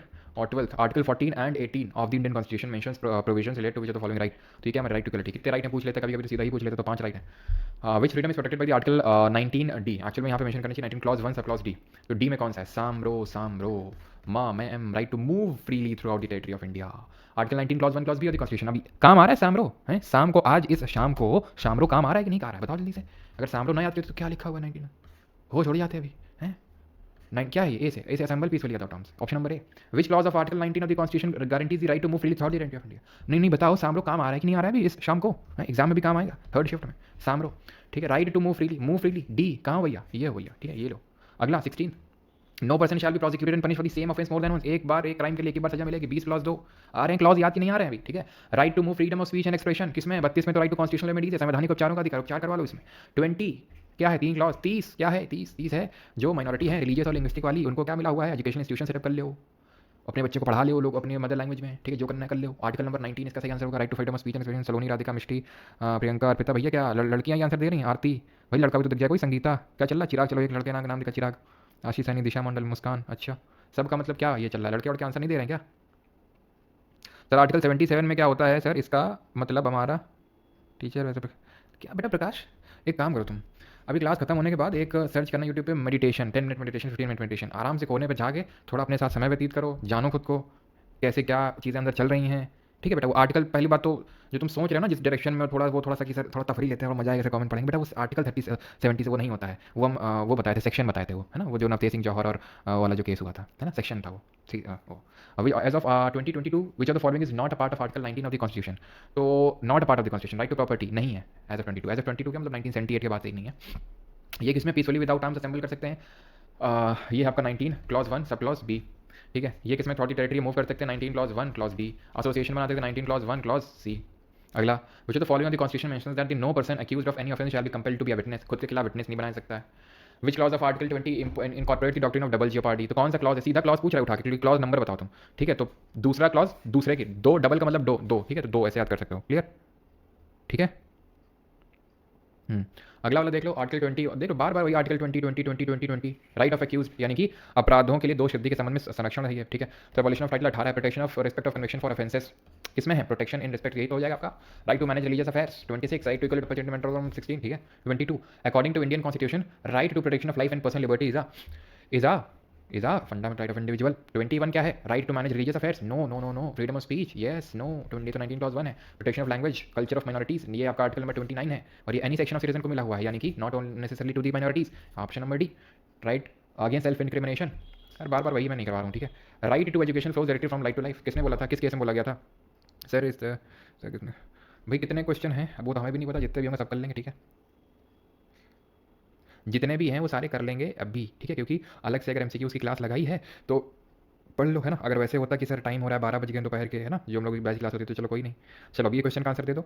तो राइट टू लाइफ से फ्लो होता है हमारा राइट टू एजुकेशन एक तरह से। तो ये किस केस में कहा गया था? तो ऑप्शन है आपके खड़क सिंह की, Khadak Singh versus state of UP, Malak Singh versus state of Punjab, Neerja Chaudhary versus state of Madhya Pradesh, या फिर Mohini Jain versus state of Karnataka. कौन सा केस है? तो ये एक तो यार ये आंध्र प्रदेश वाला केस था, इसमें वो तो दिया नहीं हुआ है, if I am not wrong Karnataka वाला है ये, ठीक है। खड़क सिंह तो नहीं होगा बिल्कुल, नीरजा चौधरी वाला भी नहीं होगा, यही होगा, ठीक है। Mohini Jain versus state of Karnataka, जिसमें कि बोला था ये शायद केस हुआ था, ये 1992 की बात है, ठीक है। तो उसमें ये बोला था राइट टू एजुकेशन के बारे में, ठीक है। Which the following articles prohibits human trafficking and force labour, protection against arrest and detention, right to freedom of religion, conscience, profess, propagate, ये सब लिखा हुआ है। 28 क्या है कि रिलीजियस इंस्ट्रक्शंस, यानी कि धार्मिक जो हमारे जो स्टेट के अंडर मेंटेन्ड इंस्टीट्यूशंस है वहाँ पर रिलीजियस इंस्ट्रक्शंस नहीं दिए जा सकते हैं। 23 हो जाएगा। 27 according to constitution in right against exploitation prohibiting all forms of dash and traffic in human beings, all forms of force labour and trafficking in human beings. Which article of the constitution provides that all minorities have the right to establish all minorities, all minorities का मतलब article number 30 अनुच्छेद number 30 हो जाएगा। Which among the following articles of the constitution deal with the right to freedom of religion, धार्मिक स्वतंत्रता से कौन सा अधिकार संबंधित है? तो आर्टिकल नंबर 25 से लेकर 28 आपका right to freedom of religion से रिलेटेड है, ठीक है। 30 से 35 तो ये आपका 32 से 35 है राइट टू कॉन्स्टिट्यूशनल एमिटीज, 32 से लेकर 35 तक, ये तो कोई फंडामेंटल राइट ही नहीं है, और ये भी ऐसा कोई ब्रैकेट नहीं है फंडामेंटल राइट का। 30वां सवाल, which article of the Indian constitution mentions that every religious denomination और section shall have the right to own and acquire movable and immovable property. अब आ गए तुम वहीं घूम फिर के, आर्टिकल नंबर 26 के क्लॉज अगर नहीं पता होंगे तो क्या करोगे? भजन कीर्तन करोगे बैठ के वहाँ पर। तो इसीलिए हमने जो जितने याद करवाए हैं सबके क्लॉज नहीं याद करवाए, 15 का याद करवाया, 16 का याद करवाया, 20 का याद करवाया और 26 का याद करवाया है, तो उनके याद कर लेना, ठीक है। तो तो पहला वाला क्लॉज क्या बोलता है? पहला वाला क्लॉज बोलता है आप स्टैब्लिश और मेंटेन कर सकते हो कोई institution, establish and maintain the institution of for religious and charitable purposes. B से क्या है? To manage its own affairs, to manage its own affairs, अपने अफेयर को मैनेज कर लो, ठीक है। और सी में क्या है? To own and acquire property, और डी में क्या है? उस प्रॉपर्टी को अपने अपने हिसाब से एडमिनिस्टर करने की पावर है। 31 विच article of the constitution mentions about establishing and maintaining institution religious and charitable purpose. तो माइनॉरिटी को अपना इंस्टीट्यूशन स्टैब्लिश करने के लिए 30 वाले में है, ठीक है। रिलीजियस और चैरिटेबल पर्पस से अगर बात करेंगे तो रिलीजियस और चैरिटेबल पर्पस 26 के क्लॉज ए में है, और दूसरे में क्या है? आप अफेयर मैनेज कर सकते हो। तीसरे में आती प्रॉपर्टी। कल्चरल और एजुकेशन लाइक सांस्कृतिक एवं शिक्षा का अधिकार, CHS 2024। 29-30 ये क्या है? राइट अगेंस्ट एक्सप्लॉयटेशन, शोषण के विरुद्ध अधिकार, ठीक है, simple. 33 which of the following fundamental right has been, 40 तक करेंगे, ठीक है। अगर 40 से ज़्यादा है तो फिर नहीं करेंगे, ठीक है। उसके ऊपर बाकी बार बार वही रिपीट हो रहा है, मुझे लगता नहीं 40 से ज़्यादा होंगे। Which of the following fundamental right has been deleted from the original list of the, delete कर दिया गया, वही देख बार बार क्वेश्चन है। Which of the following fundamental right is available for Indians as well as foreigners. तो 15, 16, 19, 29, 30 को छोड़ दो, उसके अलावा जितने हैं वो सब इंडियंस को, फॉरनर्स को सबको मिले हुए। 21 ए है ये क्या है? 30 है, ये क्या है? 16 है, ये क्या है? 29 है। 15, 16, 19, 29, 30 उसको हटा दो, बाकी सब सबको मिले हुए हैं। During what circumstance can some fundamental right be suspended as per the constitution. तो फंडामेंटल राइट कब सस्पेंड हो सकते हैं, तो हम आपको बताए थे पीस टाइम में नहीं, इमरजेंसी के टाइम पे, ठीक है, ऑप्शन नंबर बी। और कौन से आर्टिकल के फंडामेंटल राइट कभी भी सस्पेंड नहीं हो सकते हैं, चाहे कुछ भी हो जाए, कुछ भी मतलब कुछ भी, जैसे मिथुन चक्रवर्ती बोलते हैं ना, कुछ भी करेगा, कुछ भी मतलब कुछ भी, वैसे अपन भी कुछ भी, बताओ जल्दी से। तो जो डिफरेंट केसेस हैं उनकी कैसे स्टडी करें भैया, डिफरेंट उत्कर्ष जी, जहाँ जहाँ पे केसेस हैं वहाँ पर हमने बता दिए हैं। जैसे फॉर एग्जाम्पल मैंने आपको आईडीएम जबलपुर हेबियस कॉर्पस में बताया, मैंने आपको राइट टू इन्फॉर्मेशन में आपको Rajnarayan versus state of UP वाला बताया था, मैंने आपको एक गोपालन और मेनका गांधी 21 में बताया। अब आपको लग रहा होगा कि कुछ और भी केसेस होंगे, ऐसे नहीं, जो इतना पढ़ा रहे हो उतना पढ़ो, आप यूपीएससी का मेंस लिखे नहीं जा रहे हो कि दुनिया जहां के सारे केसेस आपको याद करने, और जो यूपीएससी वाले पढ़ते हैं इससे ज़्यादा से ज़्यादा 2-3 और केस पढ़ लेते हैं फंडामेंटल राइट वाले चैप्टर में अगर बात करें, ठीक है, तो भी कोई बहुत ज़्यादा वो नहीं हो जाता, ठीक है। तो सपोज एक माइन वर्कर है, वो अपने बच्चे से बोलता है जो कि 9 साल है कि उसके काम में मदद करवाए बजाय कि स्कूल जाए वो, तो किसका वायलेशन है, 24 का। अब तुम बोलोगे कि सर बच्चों से काम तो करवाया जा सकता है, 6 से 14 साल के बच्चों से काम करवाना जायज़ नहीं है, लेकिन हजार्डस वर्क में, नॉन हजार्डस वर्क में तो करवाया जा सकता है, यहाँ पे तो मेंशन नहीं है, हो सकता है परचून की दुकान में बैठने को बोल रहा हो। तो मैंने तुम्हें ये भी तो बोला था कि नॉन स्कूल आवर्स में वो वर्क करवाना है, अगर ढंग का भी काम करवा रहे हो, ठीक है, ठीक है, तो आप ढंग का वो काम है तो भी नॉन स्कूल आवर्स में होना चाहिए। तो following articles of constitution can not be suspended even during emergency, वही जो मैं पूछ रहा था 20 और 21, इसको कभी भी आपातकाल के समय भी नहीं खत्म किया जा सकता है, चाहे इमरजेंसी किसी भी ग्राउंड में क्यों ना डिक्लेयर हो जाए। Not at issued by the supreme court, ये जस्ट सॉलिड क्या आ गया भैया, ये कोई नया सिंगर है क्या पंजाब से। Article dash of the constitution gives an extensive original jurisdiction to supreme court in regard to the enforcement of fundamental right. तो भैया रेट इशू करने का पावर सुप्रीम कोर्ट को किस आर्टिकल के तहत है, option number B article 32। And the last question is this, writ petition can be filed, बार बार यार भाई, बार बार भाई, ये क्या चल रहा है, मजाक चल रहा है यहाँ पे है। 226 हाई कोर्ट इशू कर सकता है, क्या अंतर क्या होता है दोनों के रेट में। हाई कोर्ट जो है लीगल राइट के एनफोर्समेंट में भी रेट को इशू कर सकता है, लेकिन सुप्रीम कोर्ट ओनली जब सिर्फ और सिर्फ मौलिक अधिकार फंडामेंटल राइट का वायलेशन हो, सिर्फ तभी ही सुप्रीम कोर्ट रेट इशू कर सकता है। कितने क्वेश्चन भैया, 6 क्वेश्चन है, चलो कर लेते हैं, क्या बात है, ठीक है। आर्टिकल 32 क्या है, ये क्या बात करता है आर्टिकल 32, किसके एनफोर्समेंट की बात करता है, ये अभी हमने पढ़ा नहीं, ये सब पढ़ेंगे, ये सब एनफोर्सेबल ही नहीं होते हैं। ऑप्शन नंबर है which of the following article of the constitution provides measures to ensure the enforcement. 32 बार बार वही 32। तो तुम बताओ 33 में क्या, 34 में क्या, 35 में क्या, 30 mandamus is a fundamental right, क्या मतलब होता है इसका, culture education right, no no no no no, right to equality, no no no no, constitutional remedies, yes yes yes, option number C. 33 में क्या है कि जो आर्म फोर्सेस के लोग हैं, आर्म फोर्सेस के, नेवी, डिफेंस, आर्मी, ये सब CAPF, इनके लोगों के लिए फंडामेंटल राइट को लिमिट किया जा सकते हैं, कौन कर सकता है, पार्लियामेंट कर सकता है। 34 में क्या है, 34 में भैया जब मार्शल लॉ लगा हो ना, मिलिट्री रूल, तो मौलिक अधिकार नहीं चलेंगे, ऑर्डनरी लॉ सब सस्पेंड हो जाएंगे, चलेगा मिलिट्री का रूल। 35 में क्या है, फंडामेंटल राइट्स को लेकर उनको चेंज करना है, कुछ करना है, सिर्फ पार्लियामेंट लॉ बना सकता है, नॉट स्टेट लेजिस्लेचर, यानी कि राज्य का विधानमंडल नहीं बना सकता है, मात्र पार्लियामेंट देश की संसद बना सकती है, ठीक है। हाँ, तो इसीलिए बोलते हैं क्योंकि हाई कोर्ट जो है वो लीगल फंडामेंटल राइट के अलावा हट के लीगल राइट के लिए भी रेट को इशू कर सकते हैं, इसलिए इसको बोलते हैं कि rate jurisdiction of high court is wider, rate jurisdiction of high court is wider, क्योंकि वो लीगल राइट को एनफोर्स करने के लिए भी रेट को इशू कर सकता है, एंड हाई कोर्ट मना कर सकता है रेट को इशू करने से, लेकिन सुप्रीम कोर्ट मना नहीं कर सकता। क्यों बताओ, कितने तरह के रिट हैं, 5 तरह के रिट हैं। Dash of the constitution has brought legal enforcement, मतलब बार बार भाई आर्टिकल 32 चल रहा है, which writ is issued by high court और supreme court, lower court has considered a case going beyond its jurisdiction, ठीक है। मेरा lower court has considered a case, मतलब वो चला गया है मतलब सर्शरी हो गया है। प्रोहिबिशन का मतलब होता है वो जाने वाला भी गया नहीं है, ठीक है। तो has considered case going beyond its jurisdiction, सर्शरी से क्या करेगा, वो जो ऊपर वाला कोर्ट है, हायर कोर्ट, वो उसके ऑर्डर को क्वैश करेगा और उसको अपने अंडर में ले लेगा। इसलिए बोलते हैं कि सुप्रीम कोर्ट रिफ्यूज़ नहीं कर सकता, हाई कोर्ट कर सकता है, क्योंकि आर्टिकल 32 एक फंडामेंटल राइट है, लेकिन आर्टिकल 226 एक फंडामेंटल राइट नहीं है। गौतमी शर्मा जी पूछ रही हैं 35 का डी भी तो हो सकता है, अच्छा। हाँ, रीडिंग व्हाट्स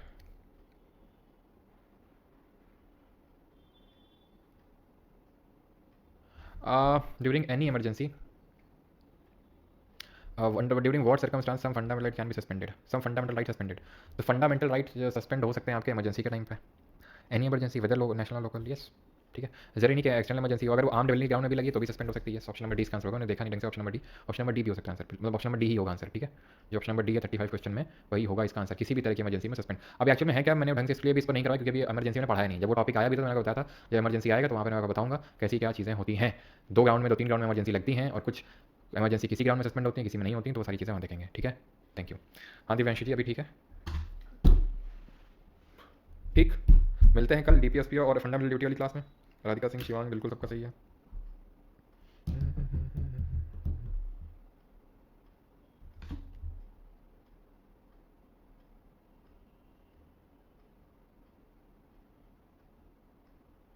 यशिका जी, वो आप पे डिपेंड करता है कि अगर 3.0 नोट्स सफिशिएंट हैं तो जैसा आपको ठीक लगे, इसकी बुक बाय करेंगे क्या करें वो आपके ऊपर डिपेंड करता है। बुक मैंने बताया 2.0 के नोट्स हैं, कहीं कहीं भी कुछ एड ऑन करने पड़ सकते हैं क्योंकि 2.0 के नोट्स हैं, लेकिन ऐसा नहीं कि ड्रास्टिक चेंज है, ऑलमोस्ट वही नोट्स हैं। कई लोग को होता है कि भाई हमें किताब सामने रखी साथ साथ नोट्स के साथ पढ़ने में अच्छा लगता है तो वो ले सकते हैं, बाकी आपकी मर्जी टोटली, नोट्स आपको मिल ही रहे ना, सॉफ्ट कॉपी भी। कोई नहीं, टाइफाइड ने वॉट लगा दी, कोई बात नहीं है आयशा सिंह जी, आप उसको रिकवर करिए, हर किसी के साथ होता है, बीमारी में आपका कंट्रोल नहीं होता, टाइफाइड, डेंगू, मलेरिया, ठीक है। हम प्रिवेंटिव टेंशन ले सकते हैं, प्रिवेंटिव मेजर्स ले सकते हैं, लेकिन अब हो जाए ना हो जाए, ठीक है, तो ज़्यादा लोड वाली बात नहीं है, आप सारी चीज़ें ठीक हो जाएंगी ना। सर सुन तो लो, मैं एक बात, एक पूरी जोग्राफी का टेस्ट होना तो उसका क्या हुआ, मैं दीवान उसको भी करवा देंगे, ठीक है।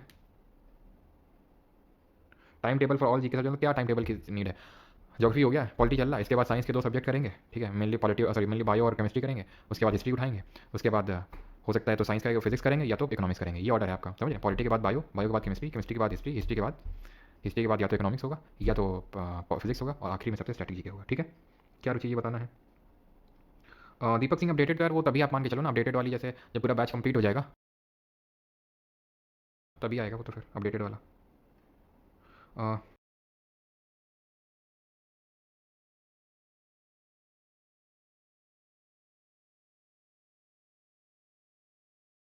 कर दिया शुभम, राइट्स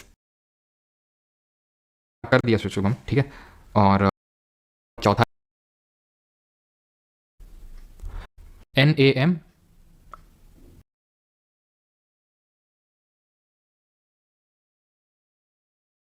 ठीक है, ये एक आर्टिकल हो जाएगा 50। सातवां, विच of the following is the feature of DPSP and also distinguish it from the fundamental right. Which of the following is the feature of DPSP, presentation of people act 1951, दूसरे plan, ठीक है, not for aliens. अभी तो तुमको पहले assistant commandant बनवाएंगे, lieutenant बनवाएंगे, तब तुम इनकम टैक्स इंस्पेक्टर बनवाएंगे, पढ़ लो जरा। IPC है, बहुत सही, किसने लिखा है, किसने लिखा, संगीता पांडा ने, बहुत सही। IPC भी है, यस IPC भी है, इंडियन पिनल कोड, लेकिन अब इंडियन पिनल कोड तो इंडियन पिनल कोड रहा नहीं, इसलिए मैंने बताया नहीं। अरे अब इंडियन पिनल कोड क्या हो चुका है, जल्दी से।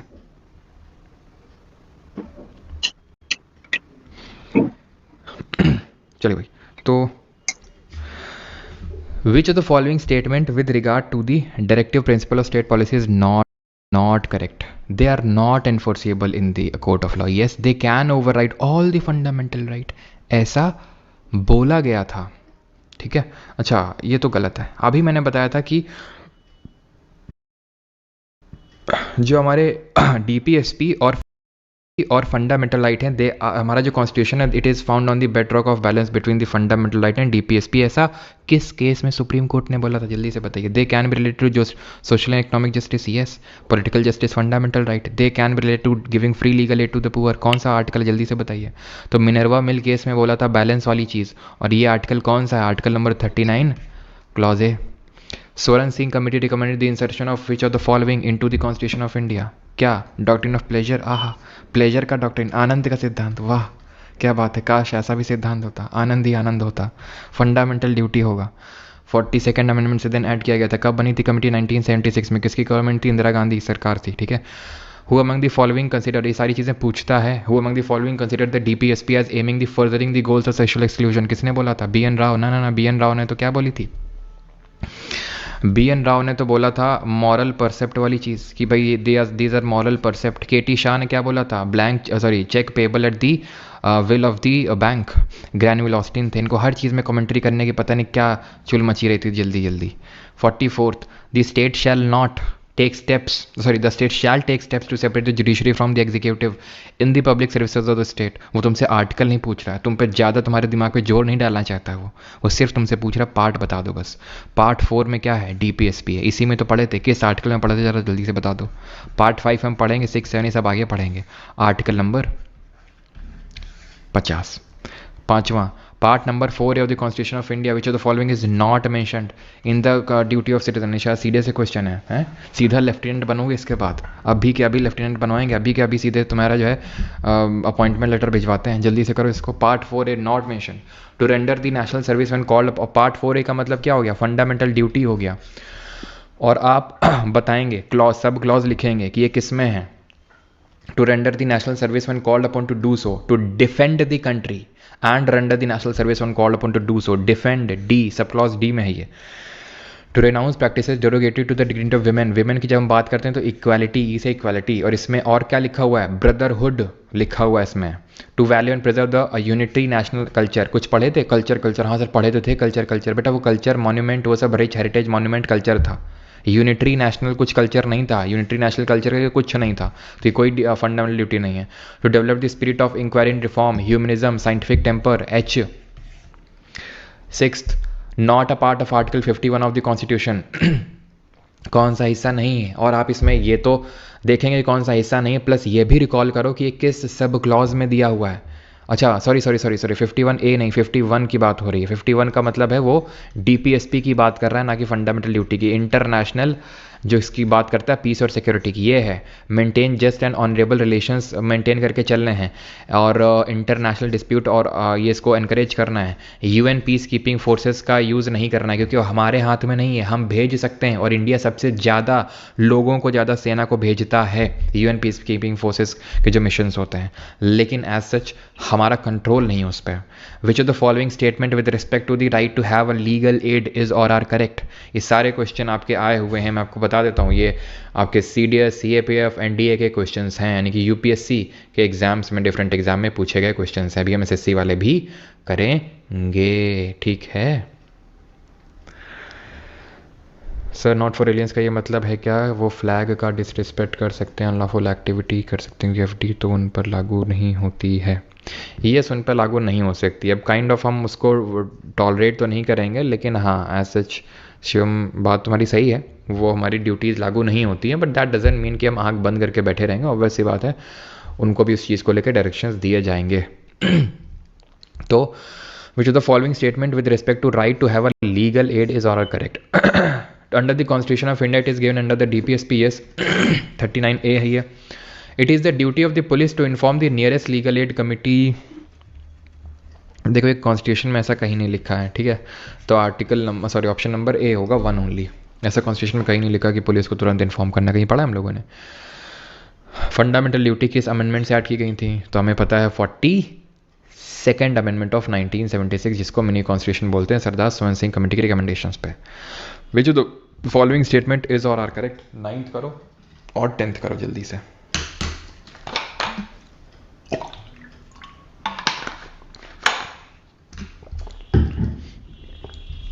Fundamental duties are enlisted in Part 4A, yes। 44th Amendment of the Constitution of India added to the secular word 44th Amendment जोड़ा था, गलत।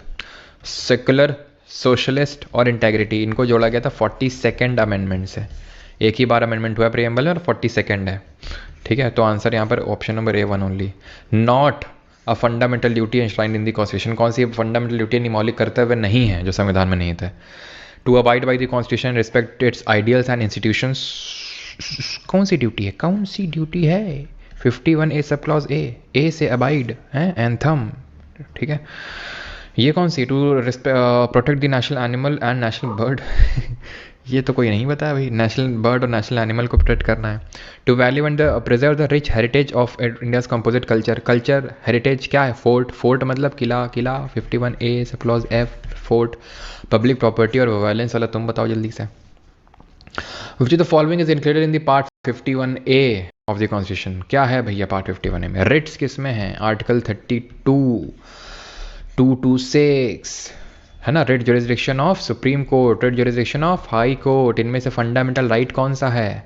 ठीक है, आंसर क्या होगा? फंडामेंटल ड्यूटी, ठीक है। और ये कौन सा हो जाएगा? 51A सब clause I, an eye for an eye will make the whole world blind.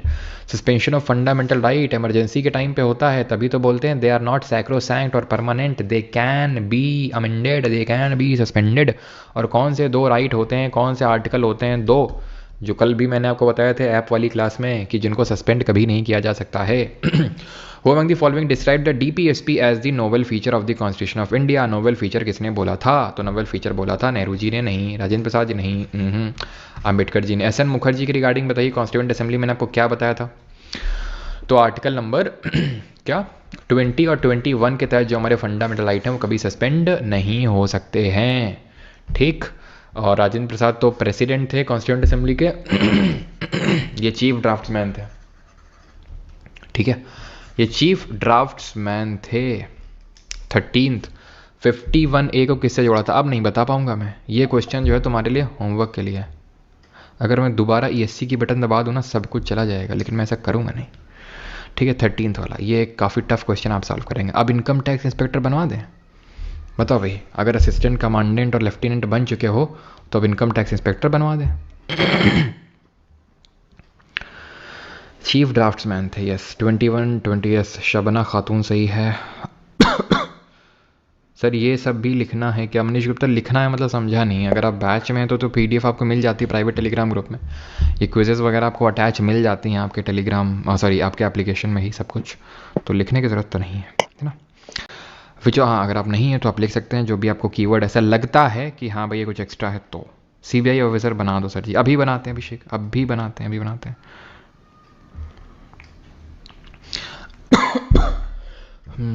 Which of the following Indian government was borrowed from Irish constitution? तो भाई आयरिश कॉन्स्टिट्यूशन से क्या लिया? DPSP लिया।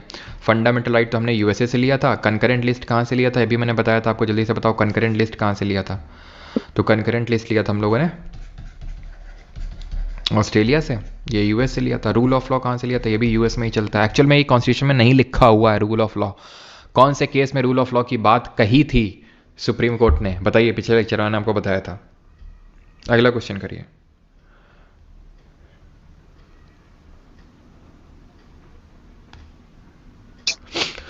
Which of the parts of the Indian Constitution deals with the directive principle of state policy? तो Part 3 Fundamental Right, Part 2 Citizenship, Part 4 DPSP, Part 1 United Territory। Cottage industry promotion, cottage industry का promotion जी देखो चिरकुट जी, ये होता है कि cottage industry kind of छोटा सा business होता है जो लोग अपने घर में ही सेटअप कर लेते हैं छोटे छोटे इक्विपमेंट लेके उनके पास जो होते हैं वो अपना घर में ही घरेलू उद्योग टाइप होता है ये, ठीक है। रूल ऑफ लॉ की बात मेनका गांधी केस में आई थी, है ना। जो हमारा ये AK गोपालन केस में था उसमें तो सिर्फ प्रोसीजर स्टैब्लिश्ड बाय लॉ जो 21 आर्टिकल में लिखा हुआ एक अनुच्छेद 21 सिर्फ उसी को माना था, लेकिन रूल ऑफ लॉ की बात कही थी उसने मेनका गांधी केस में। Which of the following are enumerated in the part 4 of the constitution? तो पार्ट 4 में क्या है? DPSP है, पार्ट 3 पार्ट 4A, पार्ट 5 कल से आएगा ये। DPSP स्ट्राइव, और कल से क्लास मिस मत कर देना चाहे कुछ हो जाए। DPSP strive to make India, क्या बनाना चाहते हैं इंडिया को? लोकहितकारी राज्य, ठीक है। अब तुम जहाँ लेफ्टिनेंट और असिस्टेंट कमांडेंट बन चुके हो हैं तो ये तो बहुत आसान लग रहा है इनकम टैक्स इंस्पेक्टर बनना, तो क्यों देख रहे हो? SSC GD, ये SSC GD का है, ये सिलेक्शन पोस्ट का है, ठीक है। ये CGL का है, तो इनकम टैक्स बनाया पहले तुमको, फिर सिलेक्शन पोस्ट में सिलेक्शन दिलाया तुम्हें, फिर उसके बाद GD में कांस्टेबल ही बना दिए तुम्हें, सब कुछ करवाएंगे, ठीक है। अर्थ से फर्श, फर्श से अर्थ, फर्श से अर्थ, अर्थ से फर्श, ये मामला जो है तुम्हें चलाते रहेंगे। This is mentioned under the dash of the constitution. तो किसकी बात हो रही है? State shall take steps to separate the judiciary. कौन सा आर्टिकल है जल्दी बताएं? जुडिशरी एग्जीक्यूटिव को सेपरेट करने वाला, पार्ट नंबर 4। वेलफेयर स्टेट की कौन सा स्टेट बात करता है? CGL का Tier 2 में पूछा गया, ले देख रहे हो? वेलफेयर स्टेट CGL Tier 2, सीधा तुमको, सीधा अब इसके बाद कोई और स्टेज नहीं होगा, सीधे तुम्हें सिलेक्शन दिलाएंगे, सीधा इनकम टैक्स में इंस्पेक्टर, सीधे GST के रेड मारो तुम जाके GST इंस्पेक्टर बन के, ठीक है। आंसर क्या होगा यहाँ पे? आंसर होगा DPSP, लोक हितकारी राज्य, ठीक है। और नोवेल फीचर किसने बोला था? ठीक है, ये एक आर्टिकल हो जाएगा 57वां। Which of the following is a feature of DPSP and also distinguish it from the fundamental right? Which of the following is a feature of DPSP and, ठीक है, it is non justiciable. DPSP is non justiciable, fundamental right are justiciable, ठीक है। आगे बढ़ें। Prohibit नहीं करता, ये मना नहीं करता, ये पॉजिटिव ऑब्लिगेशंस होते हैं। DPSP क्या होता है? पॉजिटिव ऑब्लिगेशन होते हैं, ठीक है। आगे बढ़ते हैं। Set in India which of the following is a Gandhian DPSP? Gandhian DPSP कौन सी है? हा, देख रहे हो हम लोगों ने जो क्लासिफिकेशन किया था तो उसने बोला था कि ज़्यादा मैंने क्वेश्चन देखे तो नहीं, पूछे तो नहीं, लेकिन देख रहे हो मैंने बोला था शायद पूछा गया भी हो, और पूछा गया है। CHSL में कौन सी गांधीयन है? पंचायत वाली होगी कि नहीं? गांधी पंचायत की, ये कौन सी हो जाएगी? Liberal intellectual. और ये जो मैं लिख रहा हूँ ना, ये तुम्हारे नहीं लिख रहा हूँ, तुमको लिखना है। वो तो पहले तुम खुद से सोचो पॉज करके, यार ये कौन सा आर्टिकल है, कौन सा, ऐसा नहीं कि लिखने दो ना, पैसा दिए हैं, पढ़ाएंगे, लिखेंगे, खुद ही लिखेंगे। पॉज करके लिखो, जितना अभी क्लास में हो सकता है याद करने की कोशिश कर लो, क्योंकि खुद से तो पढ़ने में दिक्कतें होती हैं काफ़ी, तो जितना हो सकता है क्लास में ही पढ़ लो। फिर दिक्कत होती है तो वीडियो को पॉज करो और देखो सेपरेट एग्जीक्यूटिव जुडिशरी किसमें है, 50 में है। बार बार कितनी बार 50 वाला इतनी बार तुम पढ़ लिया, कभी गलत करोगे? इसको नहीं करोगे। हो सकता है तुम्हारे दिमाग में कोई खुद की एक ट्रिक बन जाए 50 को लेके, और तुम उसको कमेंट में शेयर भी कर सकते हो। अब जितना मुझे अब पता है, जो मैंने अपने लिए किया, तो मैं तो आपको बता देता हूँ, लेकिन आप लोगों का भी तो अपना दिमाग है जो मेरे से अलग है, तो फिर आप लोग भी कुछ करते होंगे तो उसको भी बताते रहा करिए, ठीक है। प्राइवेट तो नहीं करेंगे बेटा, ये जो है तुम गलत बात बोल दी है। Provide equal pay for equal work, तो ये किस में है? LDC, जल्दी से बताओ। गोज टू PHC, तो 39 में है, ABCD, ठीक। 13D देखो, हाँ प्रियंका ठाकुर ने लिखा है, खुशी राज ने लिखा है, बिल्कुल। अगला देखते हैं, 9th, in which year were 4 DP directive principle added to the original constitution original list. मूल सूची में 4 नए निर्देश सिद्धांत किस वर्ष जोड़े गए? अब देख लो, अमेंडमेंट से कितनी बताई थी? 42nd अमेंडमेंट हुआ था, 44th हुआ था, 86th हुआ था और 97th हुआ था, और 42nd से 4 ऐड करी थी, बोली थी सीधा, बताया था, वही पूछ लिया 4 किससे ऐड करी? सीपीओ 2024 हैं, बन गए सीधा दिल्ली पुलिस में सब इंस्पेक्टर बनवाया हूँ मैं, ठीक है। तो कल को अगर कभी दिल्ली आऊँ, कभी जरूरत पड़ जाए तो हेल्प कर देना, ऐसा नहीं कि नहीं तुम्हारी हेल्प क्यों करें हम, पैसे लिए थे, कौन सा फ्री में पढ़ा दिए थे? बेटा फ्री में पढ़ा रहा हूँ, लाइव स्ट्रीम कर रहा हूँ, और सीधे दिल्ली पुलिस में ऐसा ही बनाया है। क्या 4 पढ़ाई थी कि गरीब मजदूरों के बच्चों से एनवायरनमेंट को प्रोटेक्ट करवाओ, poor free legal aid to the poor 39A, worker participation of workers in the management of industries 43A, children to secure opportunities for healthy development of children LDC यानी article 39 clause C, environment 48A, 44 38 to minimise inequality in income and opportunity, 86 article 45 का subject matter early childhood care 0 to 6 के लिए, 97 cooperative society 2011 article 43B, आगे ना 10th generally directive principle are prohibitive in nature. अरे बोला तो यार तुम्हें कितनी बार, प्रोहिबिटिव नहीं है, पॉजिटिव ऑब्लिगेशंस है, positive direction, yes option number B positive direction से। ये बात को भूलना नहीं है आपने घबराना नहीं और आपने इस बात को भूलना नहीं है। The directive principle of state policy in the constitution primarily aimed at achieving, क्या अचीव करने की बात करते हैं ये? पॉलिटिकल स्टेबिलिटी नहीं भाई, पॉलिटिकल जस्टिस, और वो भी फंडामेंटल राइट, सोशल और इकोनॉमिक जस्टिस। पॉलिटिकल जस्टिस कौन? Fundamental right. ये करो जल्दी से, डीपीएसपी के बारे में स्टेटमेंट है, सिर्फ 15 तक क्वेश्चन कराऊंगा, उसके आगे जितने होंगे खुद करोगे, और उसके बाद फंडामेंटल ड्यूटी के क्वेश्चन देखेंगे कुछ, ठीक है। दे आर नेगेटिव नेचर, बात यार तुमको समझ ही नहीं आ रही, उतनी देर से हम बोल रहे हैं पॉजिटिव है, नेगेटिव कर रहे उतनी देर से। They have moral and political sanctions, no they promo okay रुको, तो पहला वाला गलत है, तो ये दोनों गए। They promote the welfare of the rich, गलत, वेलफेयर ऑफ द स्टेट, भाई रिच की बात थोड़ी ना करेंगे सिर्फ। आप देख सकते हैं थोड़ा एब्सर्ड टाइप नहीं लग रहा है आपको? CHSL 2023 में क्वेश्चन पूछा गया कि भाई रिच की बात कर रहे हैं, जबकि DPSP भाई पुअर की बोलता तो भी चलो बात आती थी कि पुअर की बात कर रहा है, रिच की बात थोड़ी ना करता है constitution. They are positive in nature, yes. अब ये नेगेटिव पॉजिटिव है, A और D तो कभी साथ में हो ही नहीं सकते हैं भी नहीं, खैर तो D तो होगा। अब D तो होगा, C होगा कि B होगा? तो C तो होने से रहा, तो B होगा आपका। दे have moral and political sanctions, ठीक है। तो हमने देखा भी था मॉरल सैंक्शन होता है, ऐसा बोला था किसने? KC वियरे ने बोला था, है ना। BR अम्बेडकर ने क्या बोला था? BR अम्बेडकर जी ने क्या बोला था DPSP को? तो उन्होंने बोला था, और एक चीज़ ध्यान रखना, क्या हो रहा है ये, ठीक है, ध्यान रखना, ये जो ग्रैनविल ऑस्टिन था, अभी लिखवा दूंगा उसको मैं, उसने, अब जो लोग चले गए सो चले गए, उनका मिस हो गया, क्योंकि कुछ लोग आदत होती है ना, क्वेश्चन करते नहीं, पढ़ते हैं। अभी देख रहे थे 6,500 लोग, कितने लोग देख रहे थे और भाग गए तुरंत, क्या क्वेश्चन हो रहा है, पर भागो इंस्टाग्राम चलाते हैं जल्दी से, अलग ही आनंद आएगा वहाँ पे। तो यहाँ क्या चल रहा है, क्वेश्चन तो हम कर ही लेंगे, अब मिस हो जाता है उनका बीच में ऐसा कुछ। अभी मैं लिखवाऊंगा कुछ एक का दुक्का और चीज़ें, जैसे ग्रैनविल ऑस्टिन ने इनको कॉन्शियंस ऑफ कॉन्स्टिट्यूशन बोला था, ठीक है। कॉन्शियंस ऑफ कॉन्स्टिट्यूशन उन्होंने DPSP और फंडामेंटल राइट यानी कि संविधान की समझ बोला था उन्होंने, ठीक है।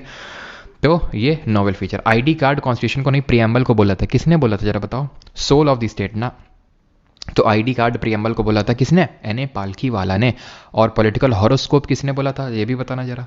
Dash DPS directive principle of state policy were added to the Indian constitution by 42nd amendment, फिर वही बात अभी बताया था। देखो CPO में पूछा भी और CGL में भी पूछा भी, और इसी से लिख देते हैं कौन सा शिफ्ट और कौन सा समय था, वो शाम का समय था, दोपहरी का समय था, कब का समय था, ताकि तुम मैच कर सको अगर तुम्हें शक हो तो 4 जो है 4 DPSP को ऐड किया गया। Which of the following article, आखिरी यही है, which of the following articles from DPSP mentions about organisation village panchayat, article 38 welfare inequality, 40 में पंचायत था, 41 में राइट टू वर्क था, 42 में क्या था? Just and human conditions of work maternity relief, 36 में तो ये बोला था स्टेट का डेफिनेशन है, ठीक है। अब जितने हैं खुद से करो, ठीक है। एक सेकंड काफ़ी क्वेश्चन है यहाँ पे तो ये तो ख़त्म ही नहीं हो रहे और यार अभी तो आधे क्वेश्चन किए अपन लोगों ने, गजब बात है ये तो, हैं। चलो कोई नहीं, फंडामेंटल ड्यूटी के कम होंगे, करो कोई नहीं, तुमसे ये करवाते हैं थोड़े से जो टफ टाइप है, बाकी तो यार कर ही लोगे, ठीक है। बाकी अगर ना है तो बता देना, बैच में एक दिन क्लास रख के करवा देंगे, ठीक है, जो अगर डाउट हो तो तुम्हें किसी क्वेश्चन में, ठीक है। एक सेकंड रुकना जरा, एक सेकंड करो क्वेश्चन में।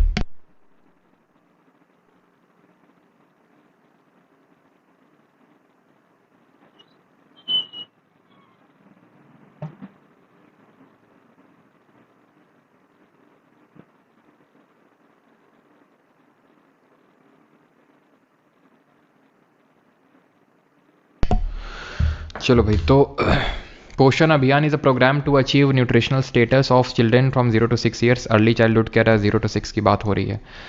हल्के हल्के क्वेश्चन है। X and Y are working as managers in a restaurant but they, अच्छा ये बताओ, चलो मत बताओ, बट दे रिसीव, चलो बता दो। होटल और मोटल में क्या अंतर होता है? मोटेल भी सुने होगे ना, होटल और मोटेल, इन दोनों में क्या अंतर होता है? बताओ जल्दी से, पूछेगा सीजल में। बट दे रिसीव अनइक्वल पे फॉर द सेम वर्क, तो equal pay for equal work मिलना चाहिए, ठीक है, ऐसा हमारा डीपीएसपी, लेकिन इनको अनइक्वल पे मिल रहा है इक्वल वर्क के लिए। तो कौन सी डीपीएसपी यहाँ पर लागू नहीं हो रही है? तो हमें पता है आर्टिकल नंबर 39 का, वो भी कौन सा, L D C goes to PHC 39D, ठीक है। मोटेल में मोटे लोग जाते हैं, वाह बेटा चिरकुट, तुम चिरकुट टाइप बातें करते रहते हो हमेशा। यस, अरनान ने सही बताया, मोटेल इन हाईवे होटल, जो काइंड ऑफ ढाबा टाइप आप बोल सकते हो, मोटेल होते हैं, ठीक है। रुकने के लिए नहीं होते, खाने पीने रुकने के लिए होते हैं हाईवेज पे। होटल होते हैं, रुकने उकने की भी व्यवस्था होती है, ठीक है। लग रहे हैं कि यार लगेंगे यार कैसा क्या ये वो, लेकिन है सब ऐसे ही। Which article early childhood care 45, which article state should have monument 49, ठीक है। आपको लगे सर आपको तो पता है, तो आपको भी तो पता है, मैंने याद तो करवाया। 39A में क्या है?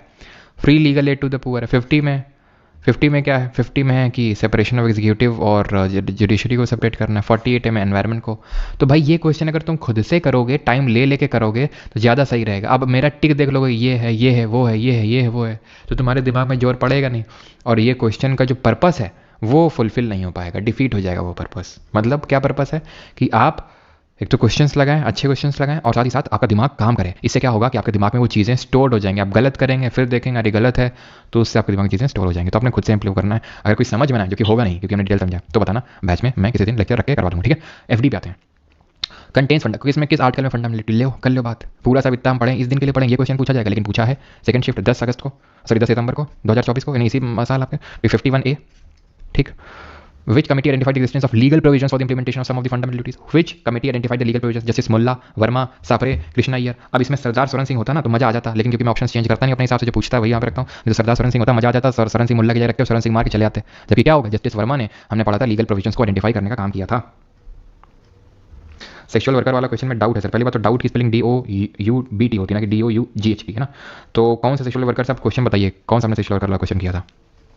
नॉट प्रिस्क्राइब्ड में से कौन सी ड्यूटी कॉन्स्टिट्यूशन में नहीं है? To defend the country, to pay income tax, to cast the vote in elections and to safeguard the public property.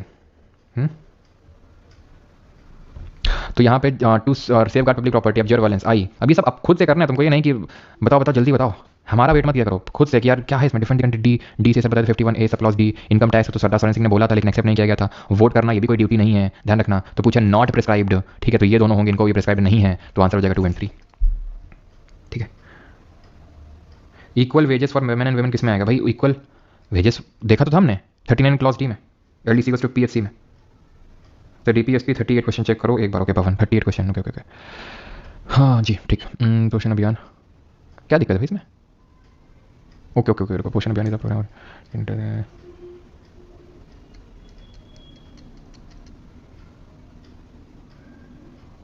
Okay okay okay okay okay okay okay, ठीक ठीक ठीक ठीक। इसमें अर्ली चाइल्डहुड केयर नहीं, इसमें एक्चुअल में to achieve nutritional status है, और टू रेज इसमें साफ साफ लिखा हुआ है। अगर अर्ली चाइल्डहुड केयर लिखा होता तो हम मारते 45, लेकिन यहाँ पे लिखा हुआ है to raise the level of nutrition, जो कि 46 में दिया हुआ है, सॉरी 46 बोल रहा हूँ, 47 में दिया हुआ है, ठीक है, कि बच्चों के जो लेवल ऑफ न्यूट्रिशन है, पोषण स्तर, उसको बढ़ाना है, मदिरा सेवन को निषेध करना है, ठीक है। यस,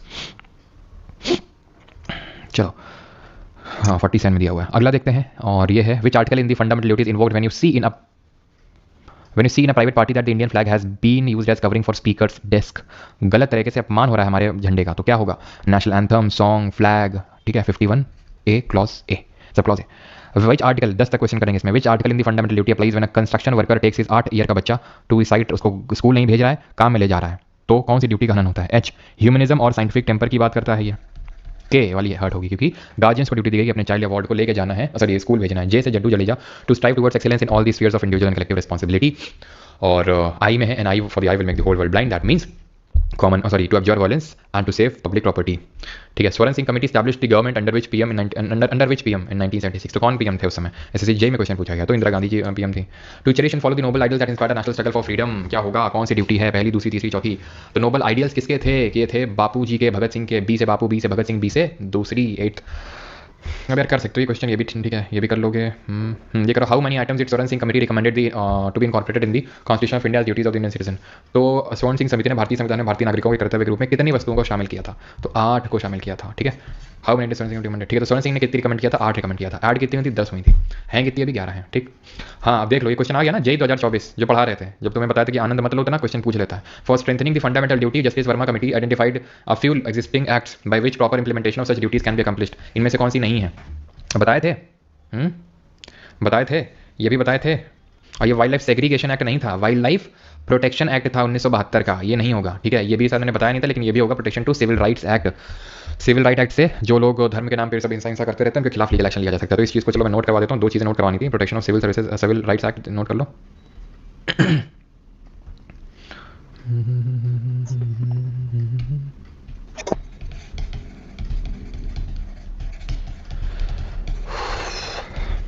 ठीक है, 1955 का। और यहाँ पे कमेंट वाले सेक्शन में यहाँ पर ऐड कर लो। ठीक है। Conscience of constitution. ठीक है। और कॉन्शियंस का पूछेगा, कॉन्शियंस ऑफ कॉन्स्टिट्यूशन। तो ये भी ग्रैनवेल ऑस्टिन ने बोला था, इसने फंडामेंटल राइट और डीपीएसपी दोनों को कॉन्शियंस बोला था, संविधान की समझ बोला था। ठीक है। चलिए, तो धन्यवाद सभी को। बाकी तो आप ये क्वेश्चन खुद से वो करेंगे, ऐसा कोई क्वेश्चन नहीं। जब से नॉलेज फंडामेंटल ड्यूटीज आर, एक क्वेश्चन कर दो, dash and not enforceable by law. तो फंडामेंटल ड्यूटीज क्या है? ये are dash and not enforceable. Regulatory है, स्टैट्यूटरी, नॉन स्टैट्यूटरी, कॉमन। तो स्टैट्यूटरी नॉन स्टैट्यूटरी में होगा। तो स्टैट्यूटरी का मतलब है कि इनको एक लॉ से वो किया जा सकता है। ठीक है, लाया जा सकता है। अब कुछ किसी कुछ क्वेश्चन कुछ होगा तो पूछ लेगा।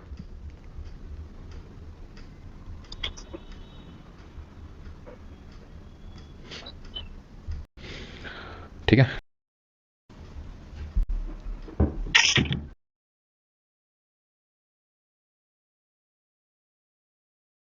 उपराष्ट्रपति थे, ये भी उपराष्ट्रपति थे, ये भी थे, लेकिन ये उपराष्ट्रपति नहीं थे, नीलम संजीव रेड्डी। ये डायरेक्ट प्रेसिडेंट बने थे।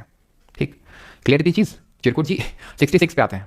इलेक्शन ऑफ वाइस प्रेसिडेंट, इनका इलेक्शन देख लेते हैं कि कौन इतना है। It's an MCQ time. First question, here we go. पहला क्वेश्चन करो जल्दी से। इलेक्टोरल कॉलेज, जल्दी से। हाँ, लाइफ इम्प्रिजनमेंट का एक्चुअल नहीं होता, होता है कि बुढ़ापे तक जब तुम एकदम असमर्थ हो जाओगे, अब तो तुम चाकू भी नहीं उठा पाओगे, अब तो तुम्हारा, अब तुम चाकू नहीं उठा पाओगे, तो उस केस में जो है फिर तुमको हटा वो कर दिया था, जाओ तुम। ठीक है, जाओ, अभी तुम कुछ नहीं कर पाओगे। बेटा लर्न विद रील। गुंडा कर दी। चलो भाई, ट्रिक नहीं ना बताएंगे सर, नहीं ट्रिक नहीं बताएंगे हर चीज़ की नहीं।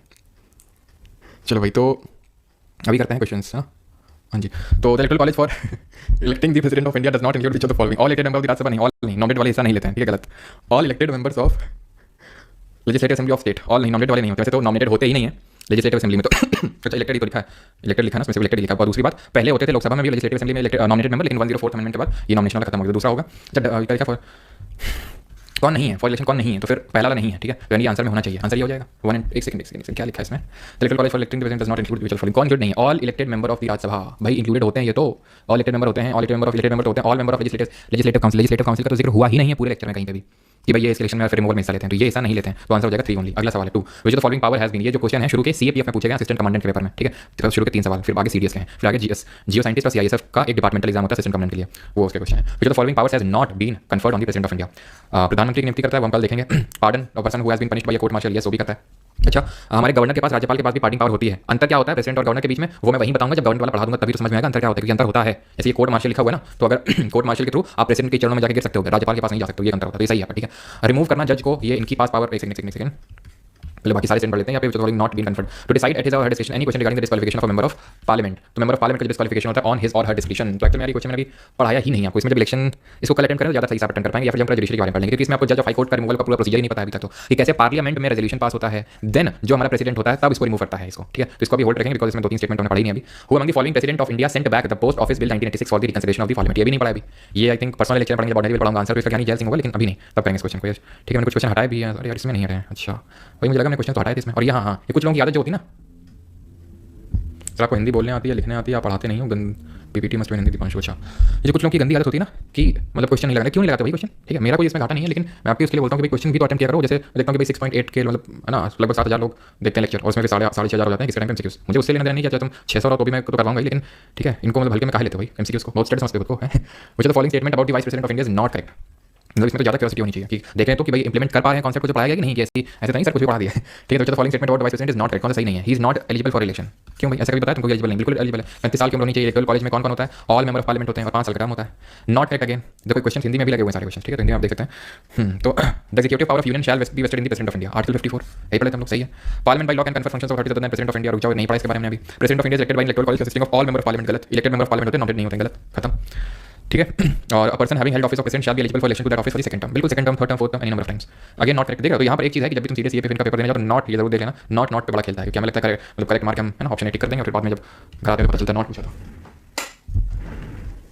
ठीक है, तो all executive actions of the government of India taken in the name of president, ये सेम क्वेश्चन है क्या? नहीं, ठीक है, तो आर्टिकल 54 हो जाएगा। ठीक है, all executive actions of the government, ठीक है, तो 54 और 77 जब पढ़ेंगे तो 177 में भी चीज़ लिखी हुई है आर्टिकल 77 में। The president of India appoints a person as attorney general of India provided he और शी, अभी पढ़ा नहीं आ रही है, ठीक है, कल पढ़ेंगे। है तो सही, लेकिन अभी पढ़ा नहीं हम लोगों ने। The total number of minister in the अभी नहीं पढ़ा, इसको कल करेंगे, ठीक है, इसको मैंने हटाया था, प्लीज इसको मत देखिए अभी, ठीक है। Which of the following best describes the electoral system to elect the president of India? कैसे होता है? PR प्लस STV, ठीक है, PR प्लस STV, ठीक है। वाइस प्रेसिडेंट का भी ऐसा होता है। Not a category under the president of India nominates member of parliament, which of the following is not a category under the president of India nominates, ठीक है, ये भी नहीं किया इसमें आंसर, तो स्टेट सर्विसेज होगा, लेकिन पढ़ा नहीं हम लोगों ने। विच of the following statement about the election of president of India is not correct, कौन सा सही नहीं है? स्टेटमेंट पढ़िए और आंसर दीजिए।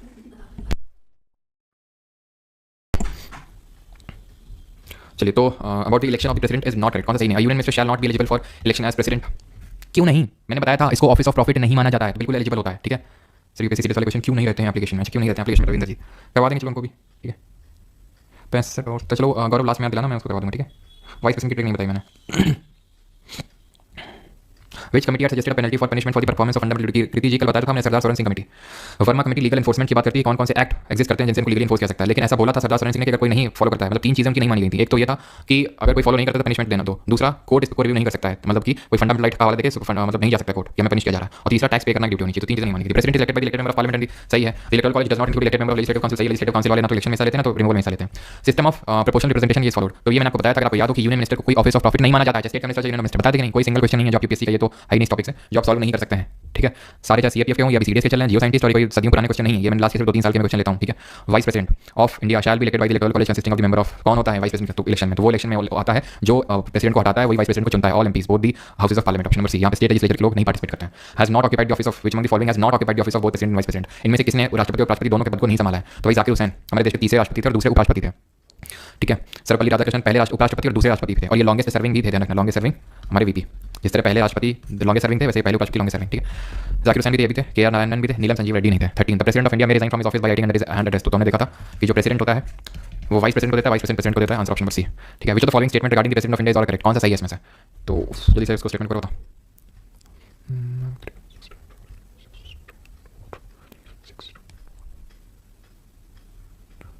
ठीक है। तो the president of India elected by the electoral college in accordance with the, सही है। Elected member of the legislative assembly of UT of Delhi Puducherry take part in the, ठीक है, सही है, बोथ 1 and 2, ठीक। 15 आखिरी क्वेश्चन है, इसके बाद हम लोग इनकम टैक्स इंस्पेक्टर बनेंगे, ठीक है। Which of the following best describes the electoral system of India? Which of the following best describes the electoral system of India? India electoral system कैसा है? इंडिया का सिस्टम मिक्स्ड है। India में first pass दी post से भी होता है, देखेंगे जब लोकसभा पढ़ाऊंगा, और ये सब भी होता है राज्यसभा में, प्रेसिडेंट में, वाइस प्रेसिडेंट में, सब में ऐसा होता है, ठीक है। चलो एक और क्वेश्चन करोगे? चलो ये होमवर्क के लिए हो जाएगा पहले, ठीक है। चलो अभी आते हैं इस इन वाले क्वेश्चन पे। चलो पहला question,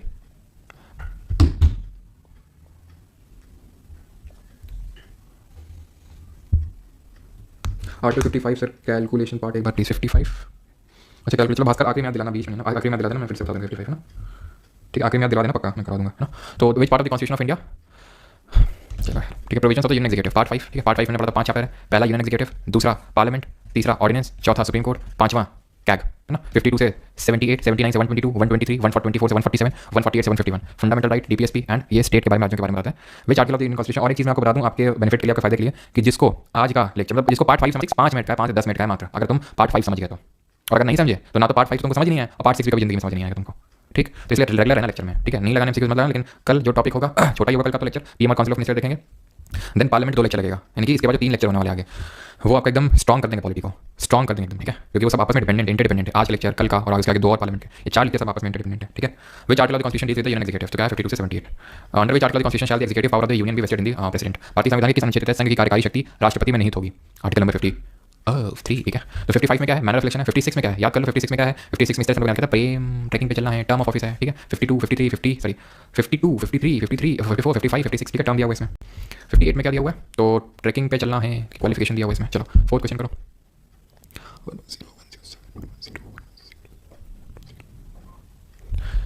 Which article of the Constitution of India expressly provides that the president is eligible for election, qualification, term, re-election, ठीक है। सिंपल आपको याद रखना है,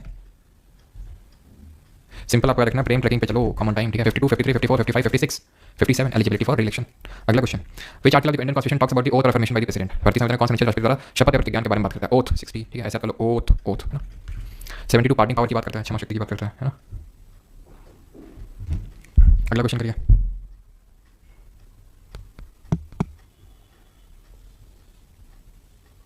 ठीक है,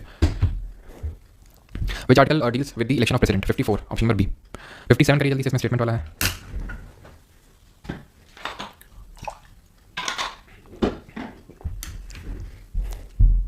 A person who holds or who has held office of president shall, subject to the provisions of this constitution, be eligible for election, बिल्कुल सही है। अच्छा 57 में क्या लिखा हुआ है, ये पूछा है, तो भैया 57 में आप देख सकते हो 55 है, 56 57 एलिजिबिलिटी फॉर इलेक्शन, तो ये लिखा हुआ ऑप्शन नंबर फर्स्ट, ठीक है। According to 58 of the constitution, no person shall be eligible for election as president seated compelled the age of, कितना मिनिमम चाहिए प्रेसिडेंट बनने के लिए। Which article of the Constitution mentions that the president shall, notwithstanding the expiration of his or her term, continue to hold his or hold office until his successor enter upon his or her office, तब तक रहेगा जब तक इसके successor नहीं आ जाएंगे। तो लिखा हुआ किसमें, 56 में, ठीक है। अगेन प्रेम ट्रैकिंग पे टर्म ऑफ ऑफिस लिखा हुआ है जहाँ पे, तो वहीं पे लिखा हुआ है, ठीक है, कि वो तब तक रहेगा जब तक सक्सेसर इसके ऑफिस में नहीं आ जाएंगे। Which article of the constitution mentions that an election to fill a vacancy caused by expiration of term of office shall be completed before the expiration of the term, क्या है, कौन सा, time of holding to fill the vacancy, option number D 62। Which article of the constitution mentions that any president to become any person to become president of India has to be citizen of India, Bharat का नागरिक होना चाहिए। Qualification किसमें है, 58 में, ठीक है, 58 में है। 12 नंबर क्वेश्चन करिए जल्दी से। 12 नंबर क्वेश्चन कौन सा क्या है, in which the following article of the constitution is the procedure for impeachment of president India mention, procedure for impeachment, oath दिया हुआ है इसमें, कंडीशन ऑफ ऑफिस दी हुई है, राष्ट्रपति पद की शर्तें। 62 में क्या दिया हुआ है, time of holding to fill the vacancy. अगला क्वेश्चन है, Who among the following has given extraordinary power during emergency, ये प्रेसिडेंट के पास ही होती है, जब इमरजेंसी पड़ेंगे तब आपको पता चलेगा इसके बारे में।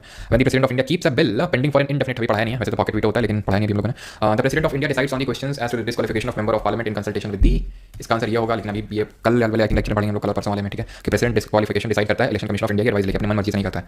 Which article of constitution lays the condition that president once elected shall not be member of either house of parliament, एक बार इलेक्ट हो गया तो किसी हाउस का, तो ये कंडीशन ऑफ ऑफिस है इसके, कंडीशन ऑफ ऑफिस है, कंडीशन किस आर्टिकल में है, 59 में है। 17 पढ़ लो जल्दी से, फिर हम वाइस प्रेसिडेंट पे आएंगे, बाकी आपके क्वेश्चन होमवर्क में। Difference between simple majority and special majority, सिंघेर यार तुम मतलब कैसे कर रहे हो, बीच में आकर पूछ रहे हो। वैसे तुमने सिंपल मेजॉरिटी, ये स्पेशल मेजॉरिटी के बारे में पहले बता रखा है, लेकिन फिर से चलो बता देता हूँ। सिंपल मेजॉरिटी तो मैं एक्सप्लेन कर दिया था अभी, 2/3 मेंबर प्रेजेंट वोटिंग। स्पेशल का मतलब होता है स्पेशल मेजॉरिटी अलग अलग तरह की होती है, जैसे प्रेसिडेंट को हटाने के लिए 2/3 ऑफ टोटल मेंबरशिप, ये भी तो एक्सप्लेन किया है अभी, ठीक है। टोटल मेंबरशिप का मतलब होता है कि 550 लोग हो सकते हैं लोकसभा में, लेकिन है कितने अभी 543, तो ये टोटल मेंबरशिप इसका 2/3, और इसका अगर प्रेजेंट एंड वोटिंग करोगे तो उसको सिंपल मेजॉरिटी। लेकिन स्पेशल मेजॉरिटी जब कॉन्स्टिट्यूशन को अमेंड करने जाते हैं, संशोधन करने जाते हैं, तो 2/3 ऑफ ऐसे समझ लो कि ऑफ द टोटल मेंबरशिप, या फिर ठीक है, वहाँ पे जो जब अमेंडमेंट करने जाते हैं कॉन्स्टिट्यूशन अमेंडमेंट का, तो वहाँ पर अलग हो जाता है, वहाँ पे होता है majority of the total membership, या फिर और 2/3 प्रेजेंट एंड वोटिंग, इनमें से जो भी नंबर बड़ा निकल के आएगा वो माना जाएगा। या तो मेजॉरिटी का मतलब होता है by 2 + 1, ये अगर संविधान का संशोधन करने जाते हैं उस केस में है, ये जितनी मेंबरशिप उसका डिवाइड by 2 + 1 कर दो, कितने, या तो 2/3 मेंबर प्रेजेंट वोटिंग, जो नंबर बड़ा निकल के आ रहा है वो। स्टेनो के लिए जीके क्लास में आदित्य सिंह आज मिल जाएगा लेक्चर आपको, वीडियो मिल जाएगा। Impeachment can be initiated in either house, सही है। Impeachment charges must be sign by 1/3 member, गलत है, 1/4 साइन करने चाहिए। In the impeachment process 30 day notice should be given, नहीं 14 दिन का नोटिस दिया जाना चाहिए, ये भी गलत है। इन the impeachment resolution is pass by majority of 2/3 of the total membership of that house, सही है। ए और डी हो जाएगा, डी, ठीक।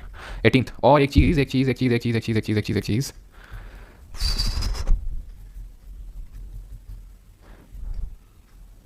यहाँ पे एक चीज ध्यान रखना, जब इसके रिमूवल की बात करी थी हम लोगों ने, ठीक है, ये मुझसे भारी मिस्टेक हो गया, ठीक है, फ्लो में मैंने स्पेशल मेजॉरिटी लिख दिया। ऑल द देन मेंबर्स को इफेक्टिव मेजॉरिटी बोलते हैं, ना कि स्पेशल मेजॉरिटी। स्पेशल मेजॉरिटी चाहिए होती है प्रेसिडेंट के केस में, जहाँ पे टोटल मेंबरशिप का जब हम मेजॉरिटी लेते हैं, इसका मतलब ऑल द देन मेंबर्स, आपको बताता हूँ क्या होता है इसका मतलब, ठीक है। इसको बोलते हैं इफेक्टिव मेजॉरिटी, ध्यान रखिएगा अंतर क्या होता है इफेक्टिव मेजॉरिटी स्पेशल मेजॉरिटी में। ऑल द देन मेंबर का मतलब होता है, जैसे फॉर एग्जांपल 543 की लोकसभा की मेंबरशिप है, वैसे तो इफेक्टिव मेजॉरिटी हमें राज्यसभा में चाहिए, लोकसभा में तो सिर्फ सिंपल मेजॉरिटी चाहिए। तो राज्यसभा में मान लेते हैं 245 की मेंबरशिप है, वैसे मैक्सिमम 250 हो सकता है, लेकिन अभी 245 ही है। लेकिन मान लेते हैं कि अभी 6 सीट वैकेंट है, किसी की डेथ हो गई होगी, किसी ने रिजाइन कर कुछ भी हो गया होगा, तो 6 सीटें आजकल वैकेंट चल रही 239, तो इसका मेजॉरिटी मतलब डिवाइड बाय 2 + 1, इसको बोलते हैं effective majority, all the then member, ठीक है। ये थोड़ा सा डीप में चीज, एसएससी में तो उतना नोटिस नहीं की जाती चीजें, और ये पूछेगा भी नहीं आपसे, लेकिन थोड़ा हाई लेवल एग्जाम में पूछ लेता है, ठीक है, इसका ध्यान देना। अब जो लोग चलेगा छोड़ के भारी नुकसान हो गया। कमांडर इन चीफ कौन होता है हमारा? प्रेसिडेंट होता है कमांडर इन चीफ, ध्यान रखना। President of, option number D 19th। Elected member of both the houses of parliament, president of India shall be elected by the member of an electoral college consisting of, तो elected member of both the houses of parliament होगा, ठीक है, दोनों से elected member, elected member of legislative assembly of the state, दोनों होंगे। आखिरी question कर लो एक और, who administers the UT of India, तो जो केंद्र शासित प्रदेश होते हैं उनका एडमिनिस्ट्रेशन का प्रशासन हमारे देश का राष्ट्रपति चलाता है, ठीक है। देन अभी कर लेते हैं, अच्छा एक क्वेश्चन याद करना, who unfurls the flag at Rajpath on the Republic Day, तो गणतंत्र दिवस पर राजपथ का झंडा कौन फहराता है? तो ध्यान रखना जो इंडिपेंडेंस डे होता है, ठीक है, सर 2.2 के नोट देखना पड़ेगा शुरू अगर ऐसा है तो मैं करेक्ट करवा दूंगा, ठीक है सर। इसके बाद साइंस पढ़ाइएगा क्योंकि रेलवे एनटीपीसी में, हाँ इसके बाद मुक्तिनाथ शर्मा जी साइंस ही होगा, है ना। तो इंडिपेंडेंस डे 15 अगस्त, इसके बाद बायो ही करने वाले हम लोग। 15 अगस्त को होता है, और रिपब्लिक डे आपको पता है 26 जनवरी को होता है, क्यों होता है 26 जनवरी को बताएंगे। तो 15 अगस्त को इंडिपेंडेंस डे पे प्राइम मिनिस्टर फ्लैग को हॉइस्ट करता है, रिपब्लिक डे को प्रेसिडेंट ऑफ इंडिया फ्लैग को अनफर्ल करता है। अनहॉइस्ट का मतलब होता है ऊपर जाता है, फ्लैग नीचे से ऊपर जाता है, नीचे से ऊपर, वो दिखाता है कि ब्रिटिश का झंडा नीचे, अब भारत का झंडा ऊपर जा रहा है। गुलामी के दिन है इंडिपेंडेंस। रिपब्लिक डे जो है अनफर्ल, यानी कि ऐसा होता है फुल लगता रहता है, अनफर्ल हो जाता है, खुल जाता है वो, क्योंकि इस दिन हमने अपने कॉन्स्टिट्यूशन को एनफोर्स किया था, लागू किया था, इसलिए, ठीक है। चलो तो बाकी तो आप कर लेंगे, ठीक है, जो ना बने तो बताइएगा, मैं बैच में एक दिन वही ना संडे के दिन क्लास रख के और हम लोग कर लेंगे, ठीक है। हाँ जी, तो vice president, the provision of the vice president of India has been taken from, ध्यान रखना प्रोविजन चाहे प्रेसिडेंट का हो या फिर वाइस प्रेसिडेंट का, दोनों हमने कहाँ से लिए हैं? दोनों हमने लिए हैं यूनाइटेड स्टेट्स ऑफ अमेरिका से, ठीक है, दोनों कहाँ से लिए हैं? यूनाइटेड स्टेट्स ऑफ अमेरिका से। ये चीज़ मैं लिख देता हूँ, ठीक है। प्रोविजंस टेकन 3 टेकन 3 किसने खेला? टेकन फ्रॉम यूएसए, ठीक है। टेकन 3 किसने खेला भाई यहाँ पे? चलो, which article deals with election of the vice president, कौन सा अनुच्छेद जो वाइस प्रेसिडेंट इलेक्शन से डील करता है? एक ही आर्टिकल था, manner of election, electoral college और क्वालिफिकेशन सब इसी में दिया हुआ था। Who administer oath of office to the vice president, शपथ कौन दिलाता है? राष्ट्रपति कौन दिलाता है? सीजीआई। उपराष्ट्रपति कौन दिलाता है? राष्ट्रपति दिलाता है, सीजीआई नहीं दिलाता, ध्यान रखना। What is the tenure of the vice president of India? उतना ही होता है जितना राष्ट्रपति का होता है, यानी कि 5 साल का होता है, ऑप्शन नंबर डी, ऐसा 65 साल की उम्र ऐसा कुछ नहीं है। What is the minimum age prescribed, कितनी न्यूनतम आयु चाहिए राष्ट्रपति का मतलब चुनाव लड़ने के लिए? जितना राष्ट्रपति को चाहिए 35 साल के चाहिए।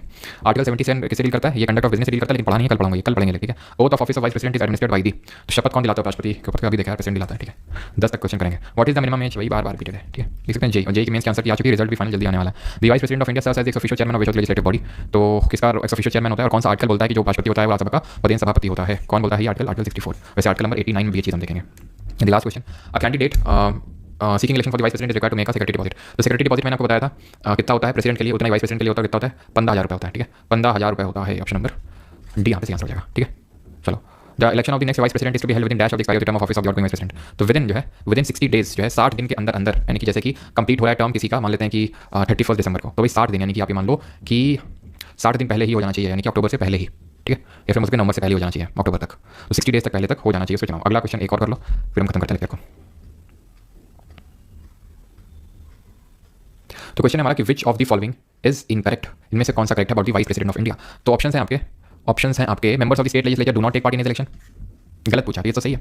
ऑल एमपीज होते हैं, यस ये भी सही है, आर्टिकल 64 ये भी सही है। He can be remove from his office by president, ना प्रेसिडेंट का कोई रोल नहीं होता, अप्रूव्ड थ्रू रेजोल्यूशन पास, ना रेजोल्यूशन पास तो होता है राज्यसभा में इफेक्टिव मेजॉरिटी से, लोकसभा सिंपल मेजॉरिटी में, लेकिन प्रेसिडेंट उस पर ठप्पा कुछ नहीं लगाता है, ठीक है, खत्म हो गया। बाकी आप करेंगे कौन पार्ट नहीं है यूनियन एग्जीक्यूटिव का, सिलेक्शन पोस्ट में क्वेश्चन पूछा है, तो भाई प्रेसिडेंट होता है, वाइस प्रेसिडेंट होता है, पीएम होता है, काउंसिल ऑफ मिनिस्टर होता है, अटॉर्नी जनरल के मानने वाली होता है, सुप्रीम कोर्ट यूनियन एग्जीक्यूटिव का पार्ट नहीं, जुडिशरी ऐसा है, ठीक है। चलिए भाई, थैंक यू सभी को, और बैच आप एनरोल कर सकते हैं, इसका प्राइस है 1099 और ये 1299 है, ठीक है। आप बैच परमार अकेडमी एप्लीकेशन पर एनरोल कर सकते हैं, ये मेरा नंबर नहीं है, कोई नंबर है, अगर कुछ क्वेरी होता है, और वेबसाइट है, और अगर कोई आईफोन यूजर है तो उसका लिंक मिल जाएगा एप्लीकेशन का, ऐप स्टोर पर, सॉरी ऐप स्टोर होता है ना, तो ऐप स्टोर पर अवेलेबल नहीं है वो एप्लीकेशन, उसका लिंक आपको अलग से मिलेगा एप्लीकेशन डाउनलोड करने का, वो टेलीग्राम पे पड़ा हुआ है वो लिंक आईफोन यूजर्स के लिए, ठीक है। थैंक यू, और इसी बैच के अंदर ही आपको कंप्यूटर भी मिलेगा, उसी के अंदर डाल दिया गया अलग से आपको एनरोल करने की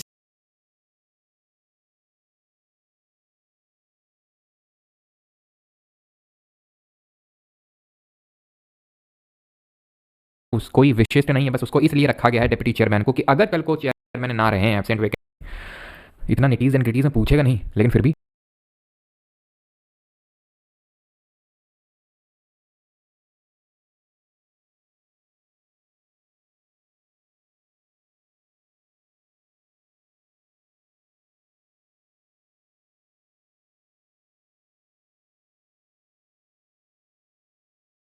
ठीक है, अगर मुझे वही सेम चीज़ पढ़ानी हो, अगर किसी में मत नहीं है वीटो